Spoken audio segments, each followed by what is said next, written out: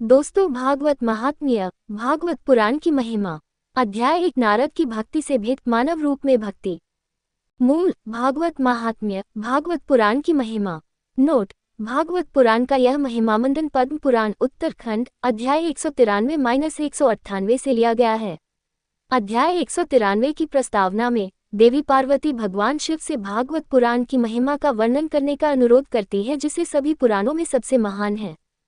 हम भगवान कृष्ण की महिमा का गुणगान करते हैं, जो सत्य, चित और आनंद के स्वरूप हैं, ब्रह्मांड की रचना, रक्षा और विनाश के कारण है, जो 3 प्रकार की पीड़ाओं अर्थात शरीर से संबंधित अन्य प्राणियों द्वारा उत्पन्न विधाता द्वारा दी गई का नाश करते हैं। मैं उन शुक मुनि को प्रणाम करता हूँ जिन्होंने बाल्यावस्था में यज्ञोपवीत संस्कार न होने पर भी समस्त कर्मों का त्याग कर दिया था।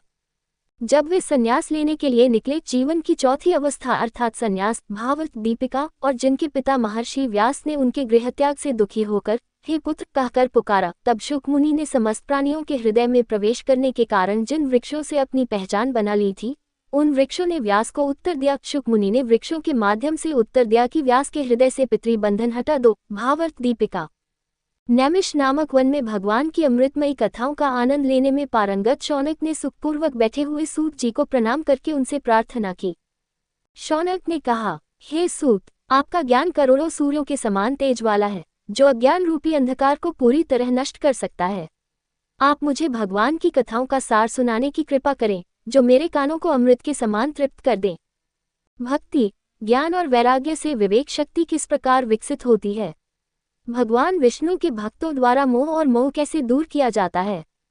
इस घोर कलयुग के आगमन पर सामान्य मनुष्य प्राणी राक्षस स्वभाव का हो गया है। ऐसे प्राणी के प्रायश्चित के लिए सर्वोत्तम उपाय क्या है, जो दुखों से ग्रस्त है और उनसे ग्रसित है?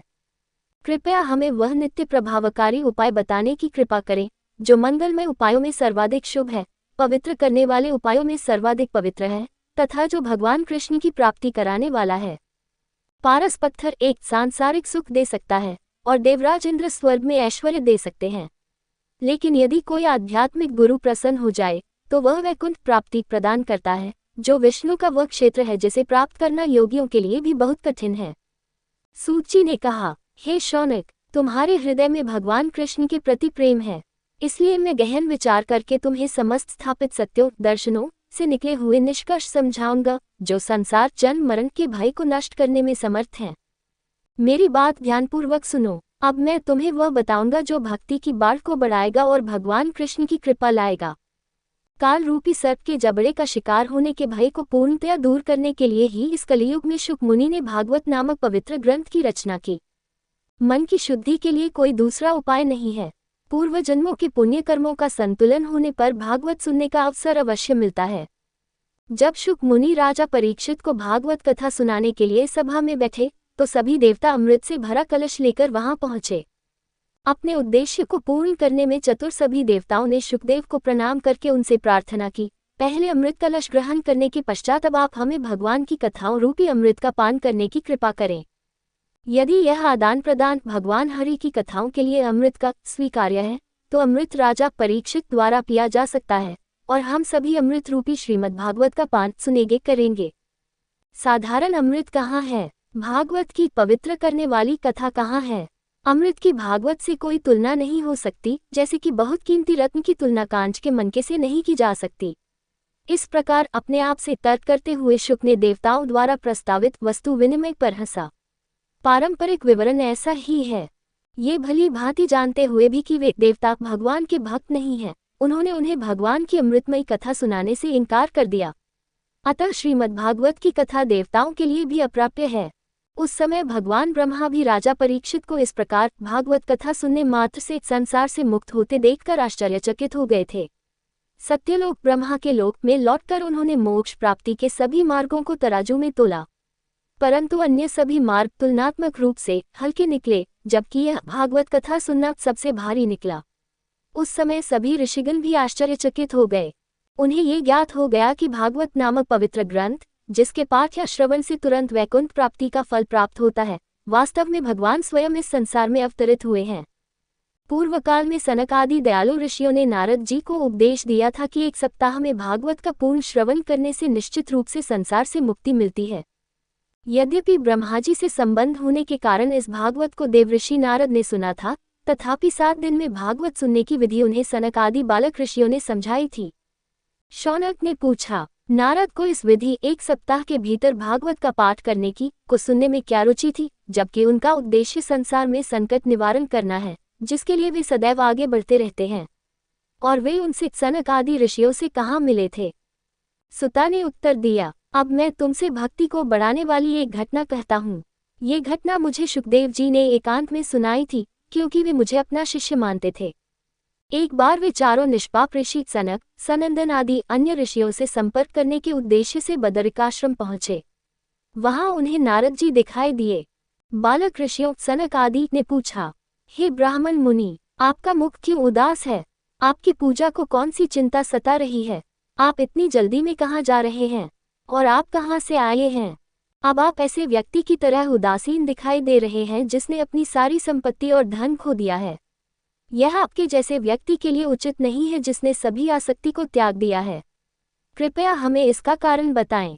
नारद ने समझाया, ये जानकर कि पृथ्वी लोक ब्रह्मांड में सर्वश्रेष्ठ है, मैं यहाँ आया और अपने भ्रमण के दौरान भटकने की लालसा से विभिन्न पवित्र स्थानों पर गया। मैंने पुष्कर, प्रयाग, काशी, गोदावरी, उस नदी के तट पर कोई पवित्र स्थान, हरिद्वार, कुरुक्षेत्र, श्रीरंगम, रामेश्वर, समुद्र पर राम के सेतु का स्थान, परंतु मुझे कहीं भी मन को शांति देने वाला सुख या आनंद नहीं मिला।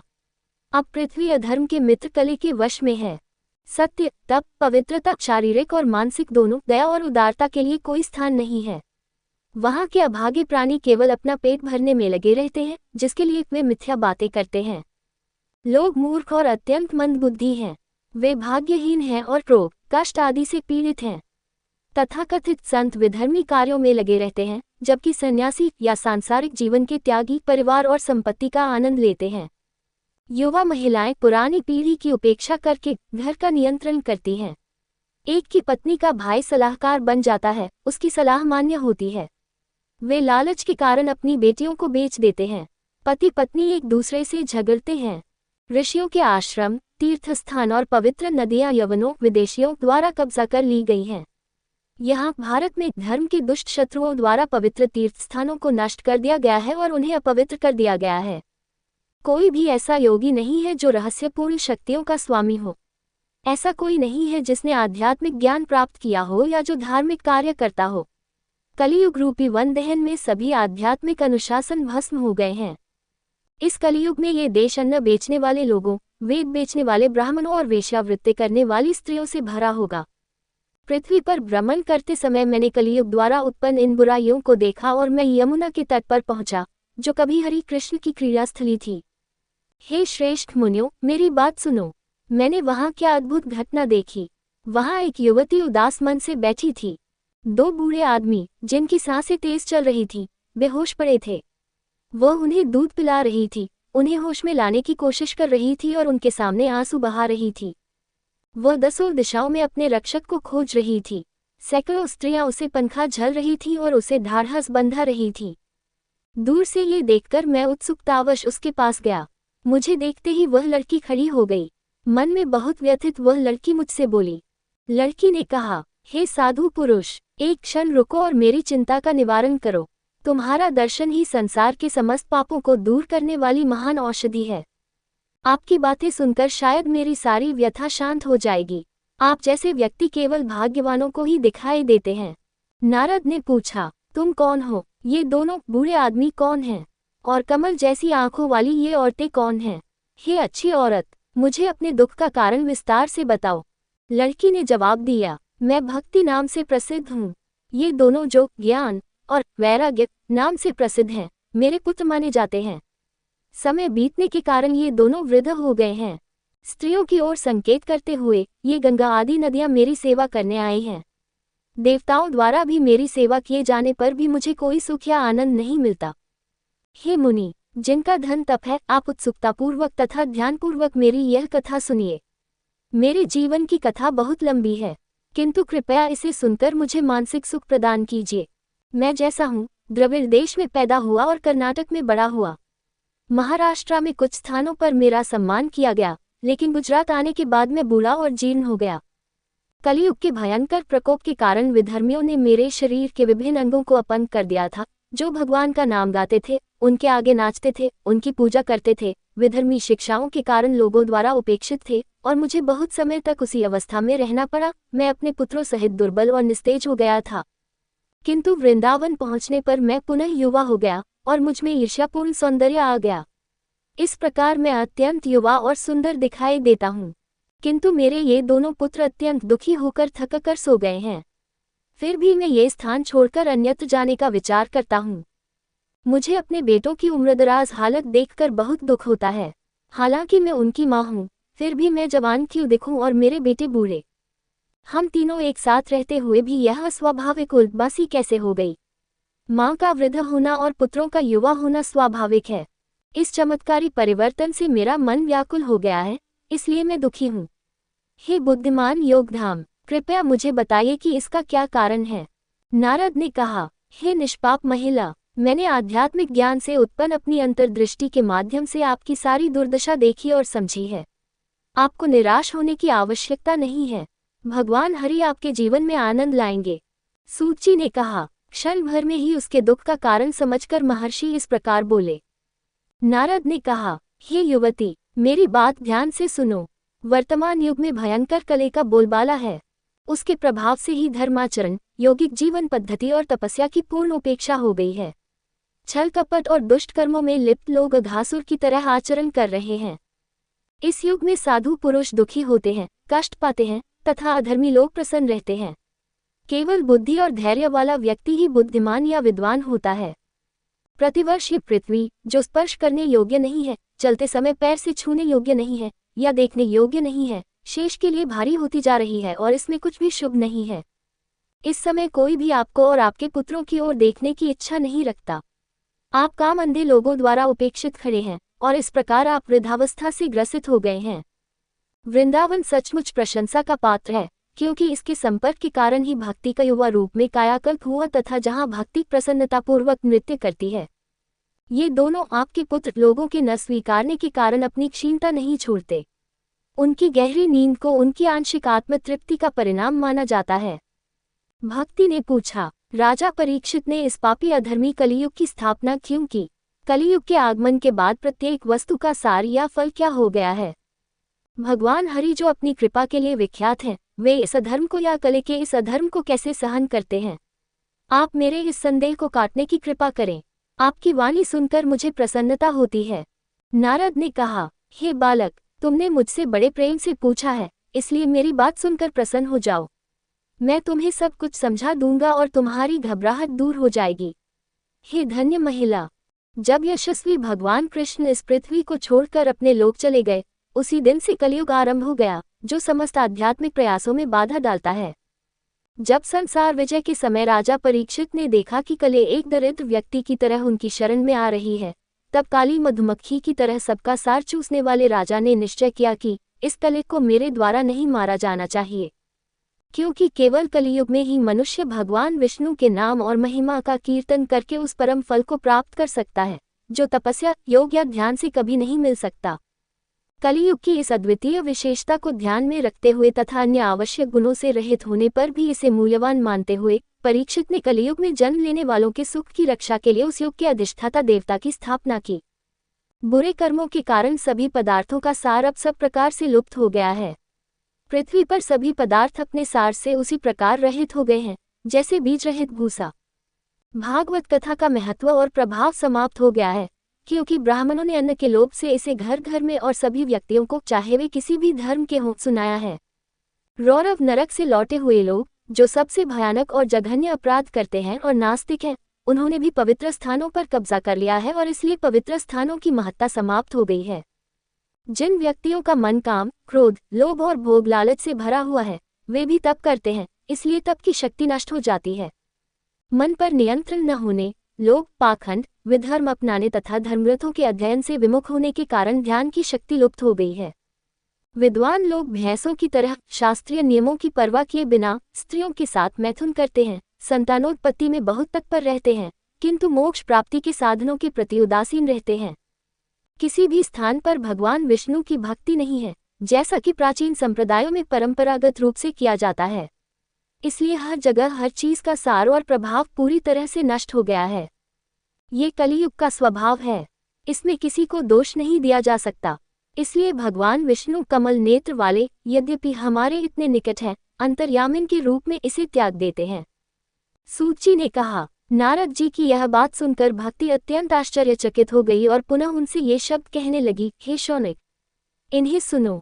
श्री भक्ति ने कहा, हे देवऋषि, आप अपनी साधुता से निश्चित रूप से धन्य हैं। यह मेरा सौभाग्य है कि आप यहाँ आए हैं। धर्मात्मा पुरुषों का दर्शन ही संसार में सभी वस्तुओं की प्राप्ति के लिए अत्यंत हितकारी है।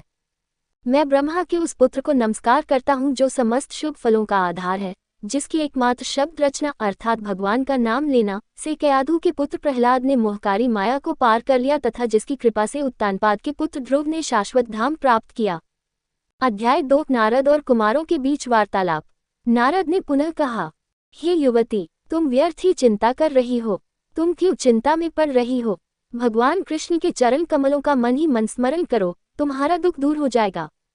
वह कृष्ण कहीं नहीं गया जिसने कौरवों द्वारा रचे गए अपमान से द्रौपदी को बचाया था और जिसने शंखचूड़ आदि का वध करके गोप युवतियों आदि की रक्षा की थी। हे भक्ति, तुम तो उन्हें अपने प्राणों से भी अधिक प्रिय हो। तुम्हारे द्वारा विनती करने पर भगवान दीनहीन के घर भी चले जाते हैं। सत्ययुग तथा त्रेता और द्वापर से प्रारंभ होने वाले तीनों युगों में आध्यात्मिक ज्ञान और सांसारिक जीवन का त्याग जीव की मुक्ति के लिए सहायक था, जबकि कलयुग में केवल भक्ति ही आत्मा को ब्रह्म में लीन कर देती है। परंपरागत रूप से यह माना जाता है कि आध्यात्मिक चेतना और परमानंद व ऊर्जा के अवतार भगवान ने एक निर्णय, जैसा कि ऊपर उल्लेख किया गया है, पर पहुंचकर आपको अपने एक सुंदर प्रतिरूप के रूप में रचा और आप कृष्ण के प्रिय बन गए। एक बार आपने हाथ जोड़कर पूछा था, मुझे क्या करना चाहिए? उस समय कृष्ण ने आपको अपने भक्तों की देखभाल करने का आदेश दिया था। जब तुमने वह कार्य करने के लिए सहमति दे दी, तब भगवान हरि तुम पर अत्यंत प्रसन्न हुए और उन्होंने तुम्हें दासी के रूप में मुक्ति प्रदान की तथा ज्ञान और वैराग्य इन दोनों को तुम्हारे पुत्रों के रूप में प्रदान किया। वैकुंठ लोक में आप अपने वास्तविक स्वरूप में भगवान के भक्तों का पालन पोषण करते हैं और उनकी देखभाल करते हैं। पृथ्वी पर रहते हुए आपने भक्तों के पोषण अर्थात देखभाल के लिए अपनी प्रतिबिंबित छवि धारण की है। आप मुक्ति, ज्ञान और वैराग्य लेकर इस पृथ्वी पर आए और कृतयुग से लेकर द्वापर युग के अंत तक बहुत सुखपूर्वक रहे। कलियुग में विधर्म नामक रोग से ग्रसित होने पर मुक्ति क्षय रोग से ग्रसित हो गई और सड़ने लगी और आपकी आज्ञा से वह तुरंत वैकुंठ लौट गई। जब तुम मन ही मन स्मरण करते हो तो मुक्ति यही पृथ्वी पर उतर आती है और पुनः वैकुंठ को चली जाती है। तुम इन दोनों ज्ञान और वैराग्य को अपना पुत्र मानते हो और उन्हें अपने पास रखते हो। कलियुग में अपनी लापरवाही के कारण ही आपके ये दोनों पुत्र मंदबुद्धि और वृद्ध हो गए हैं। फिर भी आप चिंता करना छोड़ दें, मैं उपाय सोच रहा हूँ। हे सुंदरी, कलियुग जैसा कोई युग नहीं है और मैं ये सुनिश्चित करूंगा कि आप हर घर और हर व्यक्ति में स्थापित हों। यदि मैं अन्य धर्मों को दरकिनार करके तथा महान त्योहारों के आयोजन को प्रायोजित करके इस संसार में आपका प्रचार करने में असफल रहूं, तो मैं ईश्वर का सेवक नहीं रहूंगा। जो प्राणी तुम्हारे साथ रहेंगे अर्थात भक्ति से युक्त होंगे, वे कृष्ण के धाम को जाएंगे और संसार के भय से परे हो जाएंगे, भले ही वे पापी हों। जिन शुद्ध पुरुषों के हृदय में भगवान के प्रति प्रेम रूपी भक्ति स्थायी रूप से निवास करती है, वे स्वप्न में भी मृत्यु के देवता यम को नहीं देखते। जिन व्यक्तियों का मन भक्ति से भरा हुआ है, उन्हें कोई भी स्पर्श नहीं कर सकता, चाहे वह कोई देहधारी आत्मा हो, कोई भूत हो, कोई राक्षस हो या कोई असुर हो। भगवान हरि को तपस्या, वेदों के अध्ययन, दार्शनिक ज्ञान या कर्मकांड के मार्ग से प्राप्त नहीं किया जा सकता, क्योंकि वे तो भक्ति से प्राप्त होते हैं, जैसा कि ब्रज की गोपियों द्वारा प्रमाणित है। भक्ति के प्रति प्रेम हजारों जन्मों के बाद मनुष्य में उत्पन्न होता है। मैं बार बार इस बात पर बल देता हूँ कि कलियुग में भक्ति ही सर्वोपरि है और भक्ति के द्वारा ही भगवान कृष्ण भक्त के सामने प्रकट होते हैं। जो मनुष्य भक्ति में द्वेष रखते हैं, वे तीनों लोकों में नाश हो जाते हैं। पूर्व काल में ऋषि दुर्वासा अर्थात भक्त अम्बरीश भक्ति में दोष देखकर संकट में पड़ गए थे। व्रतों का पालन बहुत हो गया, तीर्थों की यात्रा करना छोड़ दिया, योग साधना और यज्ञ करना छोड़ दिया। अध्यात्म ज्ञान की कहानियों पर चर्चा बंद करो, क्योंकि भक्ति ही संसार से मुक्ति दिलाती है। सूत जी ने कहा। नारद जी से अपनी महिमा का ऐसा निश्चय पूर्वक वर्णन सुनकर वो संपूर्ण शरीर से पूरित हो गई और नारद जी से ये शब्द कहने लगी। भक्ति ने कहा, हे नारद, तुम सचमुच बहुत धन्य हो, क्योंकि तुमने मेरे प्रति दृढ़ और अविचल प्रेम रखा है। मैं तुम्हें कभी नहीं छोड़ूंगा, बल्कि सदैव तुम्हारे हृदय में निवास करूंगा। हे पुण्यात्मा, आपने बहुत दयालु होकर तुरंत ही मेरी पीड़ा दूर कर दी है। मेरे बेटे अभी तक होश में नहीं आए हैं, कृपया उन्हें होश में लाइए, मैं आपसे विनती करता हूँ। सूत जी ने कहा। उनकी बातें सुनकर नारद जी को दया आ गई और उन्होंने अपनी अंगुलियों के पोरों से उन्हें दबाते हुए उन्हें होश में लाना शुरू कर दिया। अपना मुंह उनके कानों के पास लाकर उन्होंने ऊंचे स्वर में कहा, हे ज्ञान, शीघ्र उठो। हे वैराग्य, शीघ्र उठो। वेदों और उपनिषदों के उच्चारण तथा भगवद गीता के उच्च स्वर में पाठ से उन्हें धीरे धीरे तथा बड़े प्रयत्न से जगाया गया। वे इतने सुस्त थे कि देखने के लिए अपनी आंखें नहीं खोलते थे और मुंह खोले जम्हाए लेते रहते थे। उनके सिर सारसों के समान सफेद थे और उनके शरीर के क्षीण अंग सूखी लकड़ी के टुकड़ों के समान थे। उन्हें भूख से व्याकुल तथा तंद्रा में डूबे देखकर मुनि चिंता में पड़ गए। मैं क्या कर सकता हूँ? अपने मन में ये सोचकर कि तंद्रा कैसे दूर की जा सकती है और भयंकर दुर्दम्य बुढ़ापे को कैसे ठीक किया जा सकता है, उसने मन ही मन भगवान विष्णु से प्रार्थना की, हे शौनक। स्वर्ग से एक आवाज आए, हे ऋषिवर, इतने निराश मत होइए, इसमें कोई संदेह नहीं है कि आपका प्रयास सफल होगा। हे देवऋषि, इस सिद्धि के लिए सत्कर्म करो, और जो संत पुरुष अपने संप्रदाय के आभूषण हैं, वे तुम्हें बताएंगे कि तुम्हें कौन सा विशेष कर्म करना चाहिए। उस कर्म के संपन्न होते ही इन दोनों की मूर्छा और जरावस्था क्षण भर में दूर हो जाएगी और भक्ति स्वतः सब दिशाओं में फैल जाएगी। ऊपर से आती हुई वाणी सब लोगों को स्पष्ट सुनाई दे रही थी। नारद जी को आश्चर्य हुआ और उन्होंने कहा, इस स्वर्ग से आती हुई वाणी का तात्पर्य मेरी समझ में नहीं आ रहा है। इन दोनों उद्देश्यों अर्थात ज्ञान और वैराग्य द्वारा चेतना को पुनः प्राप्त करने के लिए अपनाए जाने वाले साधनों को रहस्यमय रूप से इंगित किया गया है।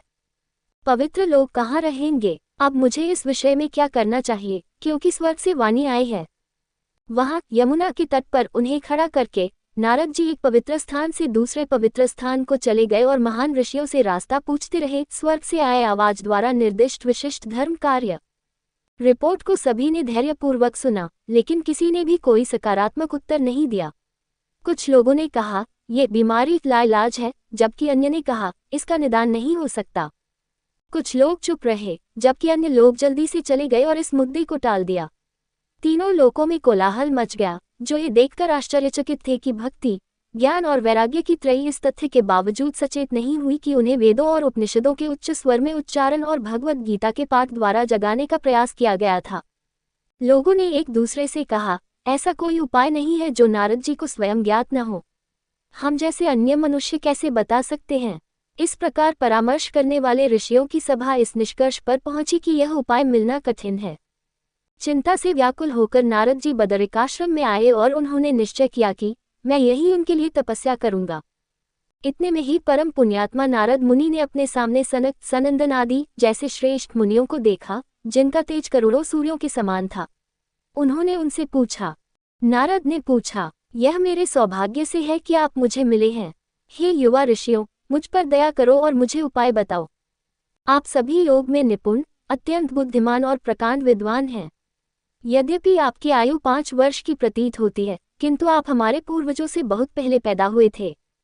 आप तो वैकुंठ के स्थायी निवासी हैं और सदैव भगवान हरि के नाम कीर्तन तथा उनकी श्रेष्ठताओं का गान करने में तत्पर रहते हैं। आपने मानो क्रीड़ाओं के अमृत रस से मतवाले होकर अपना जीवन केवल भगवान की कथाओं के गुणगान में ही लगा दिया है, अर्थात आप कथाओं पर ही अपना जीवन व्यतीत करते हैं। हरि ही हमारा आश्रय है, ये शब्द सदैव तुम्हारे मुख में रहने से काल द्वारा आदेशित बुढ़ापा भी तुम्हें प्रभावित नहीं कर पाता। पूर्व काल में आपकी भौहों की सिकुड़ने मात्र से अप्रसन्नता प्रकट करते हुए भगवान हरि के दोनों द्वारपाल जय तथा विजय तुरंत पृथ्वी पर गिर पड़े थे और आपकी कृपा से पुनः अपने पूर्व स्थान पर आ गए थे। हे प्रभु, यह मेरे सौभाग्य की बात है कि मैं आपके दर्शन कर सका। मुझ जैसे दुखी मनुष्य पर भी आप जैसे दयालु महात्माओं की कृपा हो। मुझे दिव्यवाणी द्वारा सुझाया गया आध्यात्मिक उपाय बताए। कृपया मुझे विस्तार से समझाए कि मैं इसे किस प्रकार अपनाऊं। भक्ति, ज्ञान और वैराग्य को पुनः सुखमय कैसे बनाया जा सकता है? किस प्रकार प्रेमपूर्वक और प्रयत्नपूर्वक समाज के सभी वर्गों में इनकी स्थापना की जा सकती है? कुमारों ने उत्तर दिया, हे दिव्य ऋषि, इतना चिंतित और परेशान मत होइए। अपने मन में प्रसन्नता वापस लाओ, क्योंकि बहुत समय से एक आसान उपाय मौजूद है। हे नारद, आप सचमुच धन्य हैं। आप संसार त्यागने वाले सभी लोगों के शिखर रत्न हैं। आप योग के मार्ग को प्रकाशित करने वाले सूर्य हैं और भगवान कृष्ण के भक्तों में सदैव अग्रणी हैं। इसमें कोई आश्चर्य की बात नहीं है कि आप भक्ति के प्रति इतने अधिक प्रेरित हैं। भगवान कृष्ण के भक्तों में भक्ति की स्थापना का प्रयास सदैव स्वाभाविक रहता है। इस संसार में ऋषियों ने अनेक मार्ग बताए हैं, किंतु उन सभी को कठोर परिश्रम से आचरण में लाया जा सकता है, तथा उनमें से अधिकांश मार्ग स्वर्गलोक में निवास करने का फल प्रदान करते हैं। वैकुंठ जाने वाला मार्ग अभी भी गुप्त है। सामान्यतः सौभाग्य से ही कोई मार्गदर्शक उस मार्ग पर ले जा सकता है। जो धर्म में कर्म तुम्हें पहले ही दिव्य वाणी द्वारा बताया गया था, अब वह तुम्हें समझाया जाएगा। एकाग्रचित होकर प्रसन्नचित होकर उसे सुनो। अग्नि में आहुति देने वाली सामग्री के साथ किए जाने वाले यज्ञ, विभिन्न प्रकार के तपों से युक्त यज्ञ, योगाभ्यास के रूप में यज्ञ जैसे ध्यान, समाधि आदि, वैदिक विद्या का अध्ययन, लेकिन ये सभी कर्मकांडीय कर्मों के मार्ग की ओर संकेत करते हैं, जो दिव्य लोक की ओर ले जाते हैं। ज्ञानरूपी यज्ञ वास्तव में धर्माचरण से ही सूचित होता है, तथा विद्वानों और बुद्धिमानों द्वारा इसका विधान किया गया है। और वह यज्ञ श्रीमद्भागवत का पाठ है, जिसकी प्रशंसा शुक आदि ऋषियों ने की है। Opening square bracket. भागवत के पाठ से भक्ति, ज्ञान और वैराग्य में बहुत वृद्धि होगी। ज्ञान और वैराग्य दोनों का संताप पूर्णतया दूर हो जाएगा और भक्ति में पुनः प्रसन्नता आ जाएगी। क्योंकि कलियुग के ये सभी पाप भागवत के कीर्तन की ध्वनि से पुनर्तः और निश्चित रूप से नष्ट हो जाएंगे, जैसे सिंह की दहाड़ सुनकर भेड़िए नष्ट हो जाते हैं। भक्ति जो ज्ञान और वैराग्य के साथ जुड़कर भगवान के प्रति स्थायी प्रेम की भावना उत्पन्न करती है, वह प्रत्येक घर और प्रत्येक व्यक्ति में व्याप्त हो जाएगी। नारद ने पूछा, भक्ति, ज्ञान और वैराग्य की त्रयी को वेदों और उपनिषदों के उच्च स्वर से उच्चारण और भगवद गीता के पाठ से जगाया गया, परंतु वह नहीं उठी। भागवत की कथा द्वारा इसे कैसे जागृत किया जा सकता है, क्योंकि वेद का तात्पर्य न केवल प्रत्येक श्लोक में, बल्कि भागवत की कथाओं के प्रत्येक शब्द में व्याप्त है। आप इस शंका का समाधान करने की कृपा करें, क्योंकि आप जैसे व्यक्ति का दर्शन सदैव फलदायी होता है, अर्थात कभी व्यर्थ नहीं जाता। आप शरण लेने वाले सभी लोगों के प्रति सदैव दयालु तथा स्नेही रहते हैं। अतः कृपया किसी भी शंका के समाधान में विलंब न करें। कुमारों ने उत्तर दिया, भागवत की कथा वेदों और उपनिषदों के सार से रची गई है, परंतु वह उन सब में सर्वश्रेष्ठ प्रतीत होती है, क्योंकि वह स्वतंत्र है और अपने फल का प्रतीक है। वृक्ष का रस जड़ों से लेकर शिखर तक प्रवाहित होता रहता है, लेकिन उसका कोई मीठा स्वाद नहीं होता। लेकिन जब वह फल के रूप में अलग अलग जमा होता है, तो दुनिया को आकर्षित करता है। जैसे घी दूध में पड़ा रहने पर भी स्वाद के लिए उपलब्ध नहीं हो सकता, परंतु जब वह दूध से अलग हो जाता है, तो देवताओं को अर्पण करने योग्य हो जाता है और उनका स्वाद बढ़ा देता है। जैसे गन्ने में जड़, मध्य, तने और अंत से चीनी व्याप्त रहती है, लेकिन गन्ने से अलग होने और संसाधित करने पर वह बहुत मीठी हो जाती है। यही बात भागवत कथा के साथ भी है। भागवत नामक ये पुराण वेदों के समान स्थिति और प्रभाव में है। इसे भक्ति, आध्यात्मिक ज्ञान और वैराग्य की स्थापना के लिए प्रकाशित किया गया है। वेदों और उपनिषदों के ज्ञाता तथा भगवद गीता के रचयिता व्यास जब अज्ञान के सागर में मग्न होकर अत्यंत व्याकुल हो गए, तब आपने ही उन्हें 4 श्लोकों वाली भागवत की दीक्षा दी, जिसे सुनकर व्यास तत्काल ही दुखों से मुक्त हो गए। यहाँ भागवत की कुशलता में क्या आश्चर्य है कि माननीय महाराज ने ये प्रश्न पूछा है। हमारा विचार है कि श्रीमद्भागवत सुनने से शोक और संताप का नाश होता है। नारद ने कहा, मैंने आपकी शरण ली है, ताकि आप मुझमें दिव्य प्रेम जगाएं। आप जिनके दर्शन मात्र से ही समस्त शुभ दुख आदि सहित नष्ट हो जाते हैं तथा संसार रूपी अग्नि से पीड़ित प्राणियों के सुख और मंगल में वृद्धि हो जाती है, तथा आप जो शेषनाग द्वारा अपने सभी हजारों मुखों से गाई गई भागवत कथा के अतिरिक्त और कुछ नहीं पीते हैं। वस्तुतः जब मनुष्य अपने पूर्वजन्मों के पुण्यों के संचय से महान भाग्य से साधु पुरुषों की संगति में आता है, तभी अज्ञानजनित मोह और अहंकार के अंधकार का पुनर्तः नाश होकर सच्चा आध्यात्मिक ज्ञान उत्पन्न होता है। अध्याय 3 भक्ति के दुखों का निवारण। भागवत महात्म्य, भागवत पुराण की महिमा। नारद ने कहा, भक्ति, ज्ञान और वैराग्य की स्थापना के लिए मैं शुकदेव द्वारा प्रवर्तित प्रकाश में पवित्र ग्रंथ भागवत का पाठ करके अपनी पूरी शक्ति लगाकर ज्ञान के प्रसार के लिए यज्ञ करूंगा। जिस स्थान पर मैं ये भागवत यज्ञ करूं, उसका वर्णन आपके द्वारा किया जाए, तथा इस पवित्र शुक ग्रंथ का महत्व और महिमा आप वैदिक विद्या के विशेषज्ञ द्वारा बताई जाए। कृपया मुझे ये बताया जाए कि कितने दिनों में भागवत की कथा सुननी होगी तथा इस ज्ञान यज्ञ संबंधी अनुष्ठान की क्या विधि होगी। कुमारों ने समझाया, हे नारद, सुनो, चूंकि तुम अत्यंत विनम्र और विवेकशील हो, अतः हम तुम्हें ये बताते हैं कि गंगाद्वार अर्थात हरिद्वार के समीप गंगा के तट पर आनंद नामक एक स्थान है। ये ऋषियों से भरा हुआ था और देवताओं और सिद्धों जैसे दिव्य प्राणियों द्वारा दौरा किया गया था। यह विभिन्न प्रकार के पेड़ों और लताओं से ढका हुआ था और नर्म रेत से फैला हुआ था। वह स्थान भीड़ भाड़ से दूर स्वर्ण कमलों से सुशोभित था। उस स्थान के निकट रहने वाले प्राणियों के हृदय में शत्रुता की भावना का कोई स्थान नहीं था। वहां तुम्हें ज्ञानयज्ञ अर्थात भागवत का पारायण करना चाहिए। तुम्हारे किसी भी अतिरिक्त परिश्रम के बिना ही उस स्थान पर भागवत की कथा असाधारण और अभूतपूर्व मधुरता से परिपूर्ण हो जाएगी। जो दंपति ज्ञान और वैराग्य पहले उसके सामने शक्तिहीन होकर और बुढ़ापे से क्षीण शरीर वाले लेटे थे, उन दोनों को साथ लेकर भक्ति स्वयं उस स्थान पर जाएगी। जहाँ कहीं भी भागवत कथा का वाचन होता है, वहाँ भक्ति ज्ञान और वैराग्य आ जाती है। कथा भागवत के शब्दों को सुनने से त्रय का पुनर्जीवन हो जाता है। सूची ने कहा। इस प्रकार नारद जी से कहकर कुमार ऋषि शीघ्रतापूर्वक नारद जी के साथ चले और लोगों को भागवत कथा का अमृतमय रस पिलाने के लिए गंगा तट पर पहुंचे। जब वे गंगा के तट पर पहुंचे तो पृथ्वी, देवलोक तथा ब्रह्मा जी के लोक में भी बड़ा कोलाहल मच गया।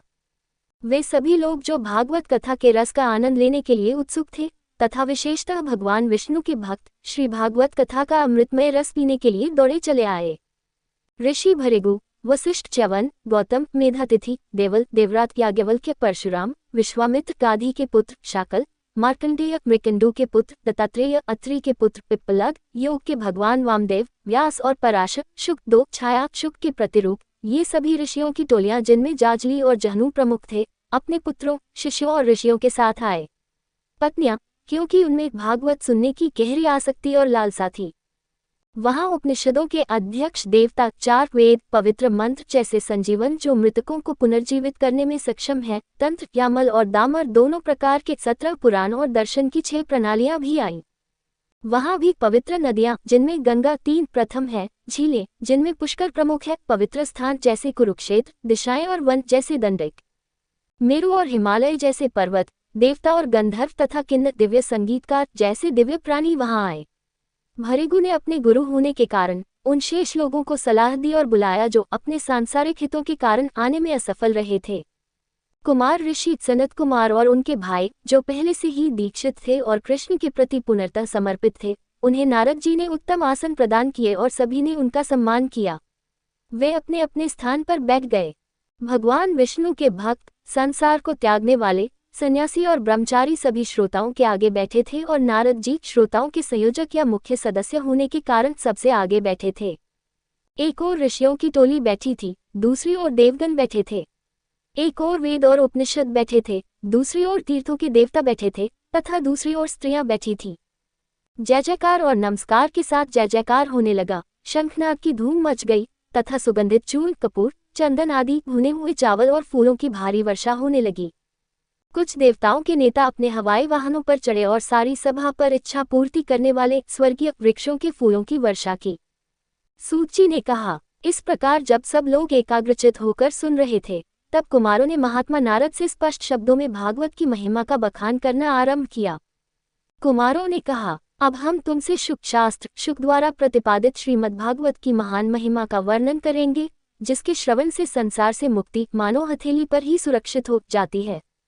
मनुष्य को जीवन भर श्रीमद्भागवत की कथा निरंतर सुननी चाहिए, क्योंकि इसके सुनने मात्र से भगवान हरि मनुष्य के हृदय में निवास करते हैं। भागवत पुराण सुने, जिसमें 18,000 श्लोक हैं, जो 12 स्कंदों में विभाजित है, तथा राजा परीक्षित और ऋषि शुक के बीच संवाद का वर्णन करता है। जब तक शुकदेव द्वारा कहे गए भागवत नामक ग्रंथ की कथा एक क्षण के लिए भी नहीं सुनी जाती, तब तक मनुष्य को अज्ञान के कारण संसार रूपी चक्र में ही चक्कर लगाना पड़ता है। ऐसे अनेक शास्त्र और पुराण किस काम के, जिनके सुनने से केवल भ्रम ही होता है। भागवत ही एकमात्र ऐसा शास्त्र है जो संसार से मुक्ति की बात जोर जोर से कहता है। जिस घर में भागवत कथा होती है, वह घर पवित्र हो जाता है तथा उसमें रहने वालों के पाप नष्ट हो जाते हैं। हजारों अश्वमेध यज्ञ और सैकड़ों वाजपेय यज्ञ मिलकर भी भागवत कथा के 16वें भाग के बराबर भी फल नहीं देते। हे ऋषियों, जो तपस्या को अपना धन मानते हैं। जब तक मनुष्य श्रीमद् भागवत का उचित रीति से श्रवण नहीं करता, तब तक इस शरीर में पाप बने रहते हैं। न तो गंगा, न ही पवित्र स्थान गया या काशी, न ही पवित्र झील पुष्कर या पवित्र स्थान प्रयाग इसकी प्रभावशीलता में भागवत के पाठ की बराबरी कर सकते हैं। यदि आप परम सौभाग्य प्राप्त करना चाहते हैं तो आपको सदैव भागवत के एक श्लोक का आधा या एक चौथाई भाग अपने मुख से पढ़ना या सुनाना चाहिए।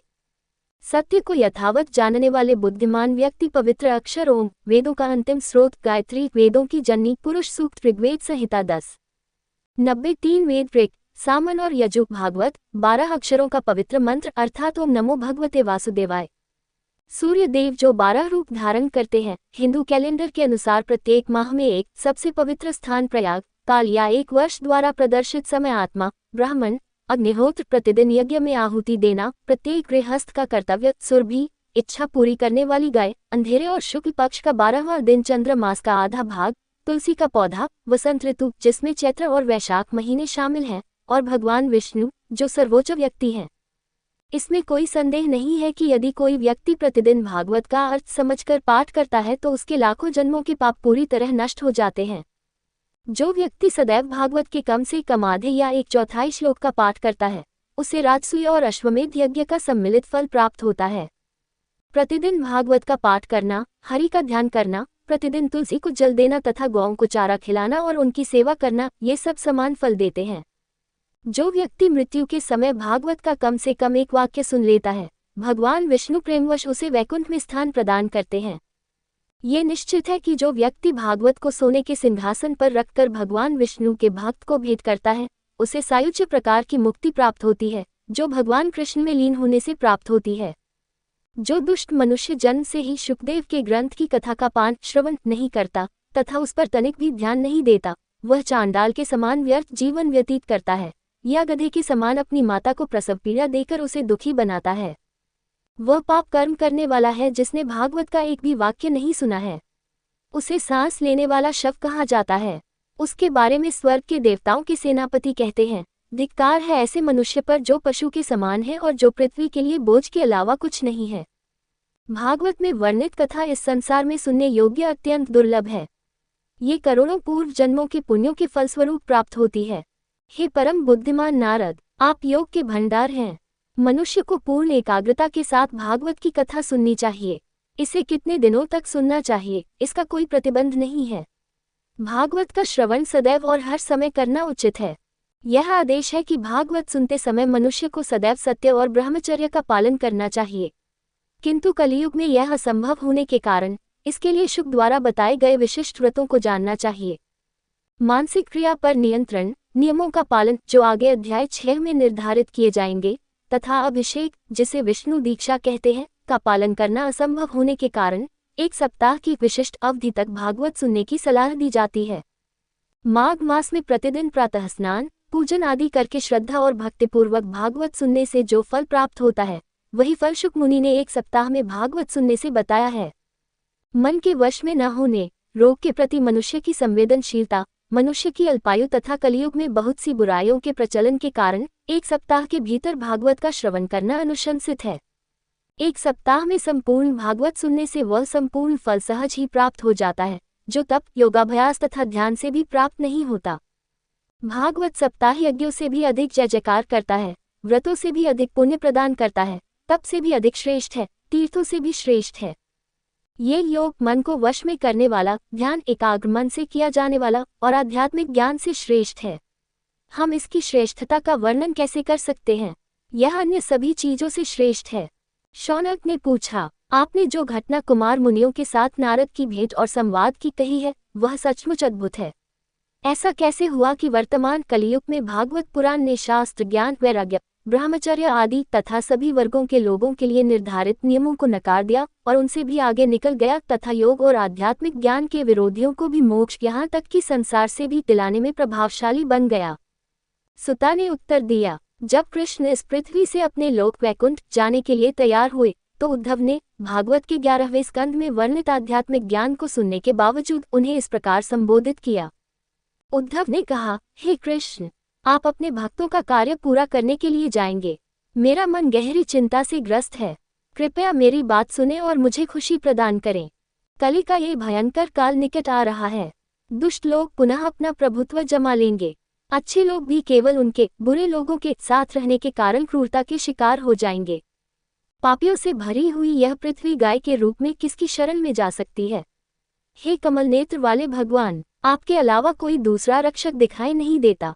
हे प्रभु, आप भक्तों के प्रति स्नेह रखने वाले हैं। कम से कम पुण्यात्मा लोगों पर तो दया करें और इस संसार से विदा न हों। यद्यपि आप निराकार शुद्ध चेतना हैं, फिर भी आपने अपने भक्तों के लिए खेल खेल में श्रेष्ठतम रूप धारण कर लिया है। आपके वियोग में आपके भक्त पृथ्वी पर कैसे रह सकते हैं? निर्गुण भगवान को प्रसन्न करना बड़ा कठिन है, अतः थोड़ा विचार करो। प्रभास नामक पवित्र स्थान पर उद्धव की यह प्रार्थना सुनकर हरि ने मन ही मन सोचा, मैं अपने भक्तों की सहायता के लिए क्या कर सकता हूँ। भगवान ने अपनी सारी आत्मा और शक्ति भागवत में डाल दी। संसार से लुप्त होकर वे भागवत नामक सागर में प्रविष्ट हो गए और उसी में निवास करने लगे। अतः ये भागवत अब भगवान हरि की प्रत्यक्ष मौखिक प्रतिमा है। यदि इसकी सेवा की जाए, इसे सुना जाए, सुनाया जाए या देखा जाए तो यह सारे पापों का नाश कर देती है। इसी कारण से एक सप्ताह में भागवत का श्रवण करना अन्य सभी धार्मिक क्रियाओं से श्रेष्ठ माना गया है। कलियुग में भागवत सप्ताह को अन्य धार्मिक क्रियाओं से श्रेष्ठ धर्म बताया गया है। कलियुग में दुख, दरिद्रता, दुर्भाग्य और पापों को पुनर्तः धोने तथा काम और क्रोध को वश में करने के लिए इसे धर्म का मार्ग बताया गया है। अन्यथा मनुष्य भगवान विष्णु की मायावी शक्ति से कैसे मुक्त हो सकते हैं, जिसे जीतना देवताओं के लिए भी अत्यंत कठिन है। इसीलिए भागवत सप्ताह एक सप्ताह के भीतर भागवत सुनने का पाठ्यक्रम घोषित किया गया है और दृढ़ता से अनुशंसित किया गया है। सूत जी ने कहा, जब ऋषियों द्वारा एक सप्ताह तक भागवत सुनने से प्राप्त होने वाले महान धर्म का महिमा में फल बताया जा रहा था, तब वहां एक चमत्कार हुआ। हे शौनक, अब जो वर्णन किया जा रहा है उसे ध्यानपूर्वक सुनो। भगवान में परम प्रेम की प्रतिमूर्ति भक्ति अप्रत्याशित रूप से अपने दोनों पुत्रों ज्ञान और वैराग्य के साथ प्रकट हुई। वे अब पूर्णतया पुनर्जीवित हो चुके थे और बार बार भगवान के नामों का उच्चारण कर रहे थे, हे प्रभु, हे कृष्ण, हे गोविंद, हे हरि, हे मुरारी, राक्षस मोर का नाश करने वाले। सभा के सदस्यों ने उसे अत्यंत मनोहर वस्त्राभूषणों से सुसज्जित तथा भागवत के उपदेश रूपी आभूषणों से विभूषित होकर आते देखा और वे अनुमान करने लगे कि वह किस प्रकार ऋषियों के बीच में आई तथा कैसे प्रकट हुई। कुमार ऋषियों ने कहा, ये भागवत कथा के तात्पर्य से ही उत्पन्न हुई है। ये सुनकर उसने अपने पुत्रों सहित सनत कुमार से नम्रतापूर्वक ये निवेदन किया। भक्ति ने कहा, कलयुग के कारण मैं क्षत विक्षत और मृतप्राय हो चुका था, फिर भी आपने मुझे अमृतमय कथा भागवत पिलाकर आज पुनर्जीवित कर दिया। हे ब्रह्मा के पुत्रों, आप मुझे निर्देश दें कि मैं अपने पुत्रों सहित किस स्थान पर रहूं। तब उन्होंने उससे ये शब्द कहे, आप गोविंद का उत्कृष्ट रूप धारण करके भक्तों में दिव्य प्रेम की निरंतर रक्षा करते हैं और उनके संसार रोग का पूर्णतया निवारण करते हैं। पूर्ण दृढ़ता का आश्रय लेकर आप भगवान विष्णु के भक्तों के मन में निरंतर निवास करते हैं। इससे कलियुग में उत्पन्न पाप जैसे विधर्म जो संसार पर हावी होने में सक्षम है, वे आपकी ओर दृष्टि डालने का साहस भी नहीं कर सकेंगे।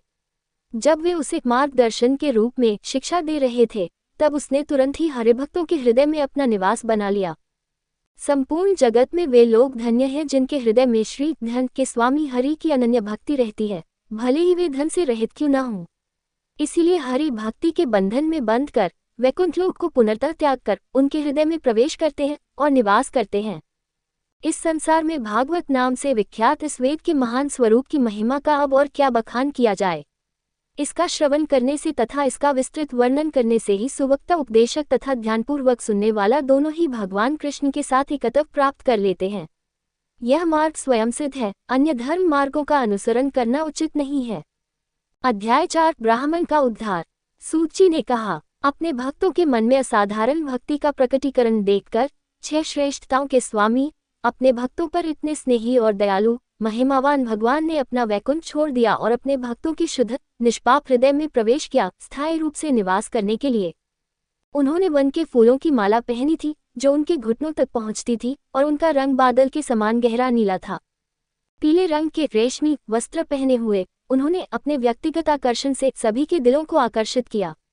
उन्होंने छोटी छोटी घंटियों से टनटनाती हुई कमरबंद, एक चमकदार मुकुट और चमकदार कानों के कुंडलों से अलंकृत किया था। उनके पेट पर 3 सुंदर सिलवटें थीं और वे सुंदर कौस्तुभ मणि से सुशोभित थे। वे करोड़ों प्रेम देवताओं कामदेवों की आकर्षक सुंदरता से संपन्न थे और दिव्य चंदन के लेप से लिपटे हुए थे। हाथ में बांसुरी लिए वे सर्वोच्च आनंद और चेतना की मधुर मूर्ति थे। उद्धव और अन्य विष्णु भक्त वैकुंठ में निवास करते हुए भागवत कथा सुनने की इच्छा से अदृश्य रूप में वहां उपस्थित हुए। तब भगवान के प्रकट होते ही जय जयकार और जयघोष गूंज उठे। भगवान की जय हो। असाधारण हर्ष की अधिकता, सुगंधित चूर्ण और पुष्पों की वर्षा और शंखनाद की धूम मच गई। सभा के सदस्य अपने व्यक्तित्व, घर और स्वयं के अस्तित्व के प्रति विस्मृत हो गए। उनकी पूर्ण तल्लीनता को देखकर नारद जी ने इस प्रकार कहा, हे श्रेष्ठ मुनियों, भागवत सप्ताह विशेष यज्ञ से प्राप्त होने वाली यह परम श्रेष्ठ महानता तथा प्रभावकारिता आज मैंने देखी है। यहाँ उपस्थित सभी प्राणी, जिनमें अविवेकी तथा अहंकारी पशु पक्षी आदि सभी शामिल हैं, वे सभी पापों से पूर्णतया मुक्त हो जाते हैं। अतः कलियुग में इस संसार में भागवत पुराण की कथा के समान कोई दूसरा ऐसा कार्य नहीं है जो मन को शुद्ध करने के साथ साथ पापों की बाढ़ को भी नष्ट कर दे। मुझे ये बताने की कृपा करें कि भागवत कथा रूपी यज्ञ से किस प्रकार के पापी शुद्ध हो जाते हैं। जगत के कल्याण को ध्यान में रखते हुए आपने, जो अत्यंत दयालु है, कोई अवर्णनीय नवीन मार्ग बताया है। जो मनुष्य सदैव पाप करते रहते हैं, पाप में आचरण में रमते हैं, दुष्ट आचरण अपनाते हैं, क्रोध की अग्नि में भस्म हो जाते हैं, कुटिल स्वभाव के होते हैं तथा परस्त्री की कामना करते हैं, वे सब मनुष्य भी इस कलियुग में भागवत सप्ताह रूपी यज्ञ करने से पवित्र हो जाते हैं। जो लोग झूठ बोलते हैं अर्थात सत्य से रहित हैं, अपने माता पिता को अपमानित करते हैं, लोभ से अभिभूत हैं, अपने जीवन की विशेष अवस्था आश्रम के लिए निर्धारित कर्तव्यों का परित्याग कर देते हैं, पाखंडी हैं, दूसरों से ईर्ष्या करते हैं और यहाँ तक कि जीवों को चोट पहुँचाते हैं, ऐसे सभी लोग कलियुग में भागवत सप्ताह के रूप में होने वाले यज्ञ से शुद्ध और निष्पाप हो जाते हैं। जिन लोगों ने 5 जघन्य पाप किए हैं, जो छल कपट और कपटपूर्ण चालें चलते हैं, जो पिशाचों राक्षसों के समान क्रूर हैं, ब्राह्मणों का शोषण करके धनी हो गए हैं और व्यभिचार में लिप्त हैं, ये सभी लोग इस कलियुग में भागवत सप्ताह नामक यज्ञ के माध्यम से अपने पापों का नाश करते हैं। मूर्ख लोग जो अपने शरीर शारीरिक क्रियाएं, वाणी और मन पापपूर्ण मानसिक क्रियाएं द्वारा निरंतर पाप करते रहते हैं, दूसरों की संपत्ति हड़प कर मोटे धनवान हो जाते हैं, बुरी इच्छाओं से भरे रहते हैं और हृदय से दुष्ट होते हैं, ये सभी इस कलियुग में भागवत सप्ताह रूपी यज्ञ से पापरहित हो जाते हैं। अब मैं तुम्हें एक प्राचीन ऐतिहासिक कथा सुनाता हूँ, जिसके सुनने मात्र से पाप नष्ट हो जाते हैं। प्राचीन काल में तुंगभद्रा के तट पर एक सुंदर नगर था, जिसके सभी निवासी अपने अपने वर्णों के कर्तव्यों का पालन करते थे, सत्य बोलते थे और केवल धर्म कर्म में ही लीन रहते थे। उस नगर में आत्मदेव रहते थे जो संपूर्ण वैदिक विद्या में पारंगत थे तथा वेदों और स्मृतियों में वर्णित धार्मिक कार्यों और अनुष्ठानों में पारंगत थे। वे तेज में दूसरे सूर्य के समान थे। यद्यपि वह भिक्षा पर निर्भर था, फिर भी वह धनवान था। उसकी प्रिय पत्नी धुंधली एक प्रतिष्ठित परिवार में जन्मी थी और दिखने में भी बहुत सुंदर थी, लेकिन वह हमेशा सभी मामलों में अपनी बात पर अड़ी रहती थी। वह अफवाह फैलाने में गहरी रुचि रखती थी। वह निर्दयी थी, हमेशा बातूनी, कंजूस, झगड़ालू थी, हालांकि अपने घरेलू कामों में तत्पर और मेहनती थी। यद्यपि वह दंपति परस्पर प्रेम करते थे और सुखपूर्वक रहते थे, तथापि धन संपत्ति आदि से युक्त होने पर भी उन्हें अपने घर संपत्ति आदि में वास्तविक सुख नहीं मिलता था। अंततः उन्होंने संतान प्राप्ति के उद्देश्य से धार्मिक कार्य करना शुरू कर दिया। उन्होंने जरूरतमंदों को गाय, भूमि, सोना दान में देना शुरू कर दिया। यद्यपि उन्होंने अपनी आधी संपत्ति दान में व्यय कर दी थी, फिर भी उनके न तो कोई पुत्र उत्पन्न हुआ, न कोई पुत्री। वे चिंता से अत्यंत व्याकुल हो गए। एक दिन अपने दुख के कारण ब्राह्मण घर से निकलकर जंगल में चला गया। दोपहर के समय उसे प्यास लगी और वह एक तालाब के पास गया। जल पीकर वह उदास होकर बैठ गया। संतानहीनता के शोक से वह दुर्बल हो गया था। कुछ ही देर में मुहूर्त लगभग 48 मिनट एक सन्यासी उसी स्थान पर आया। ये देखकर कि सन्यासी ने जल पी लिया है, ब्राह्मण उसके पास आया और उसके चरणों में प्रणाम करके उसके सामने खड़ा हो गया। सन्यासी ने कहा, हे ब्राह्मण, तुम क्यों रो रहे हो? तुम्हें किस बात की गहरी चिंता सता रही है?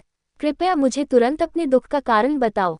ब्राह्मण ने उत्तर दिया, हे ऋषिवर, मैं आपसे अपने उस दुख को कैसे बताऊं जो मेरे पिछले जन्मों के पापों के कारण है।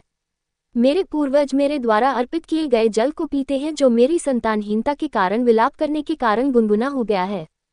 देवता और ब्राह्मण जो कुछ भी मैं उन्हें दान के रूप में देता हूँ, उसे वे प्रसन्नतापूर्वक स्वीकार नहीं करते। मैं अपनी निसंतानता के दुख से पूरी तरह हताश हो गया हूँ और अपने प्राण त्यागने आत्महत्या करने के लिए यहाँ आया हूँ। दो निसंतान पुरुष का जीवन शापित है। संतानहीन घर अभागा है। निसंतान व्यक्ति का धन व्यर्थ है। धिक्कार है उस परिवार पर जो निसंतान है। मैं जो भी गाय पालता हूँ वह पूरी तरह से बांझ हो जाती है और मेरा लगाया हुआ पेड़ फूल और फल से रहित हो जाता है, बांझपन का सूचक। मेरे घर जो भी फल आता है वह तुरंत सूखकर सड़ जाता है। मुझ जैसे भाग्यहीन और निसंतान व्यक्ति के रहते हुए जीने का क्या औचित्य है।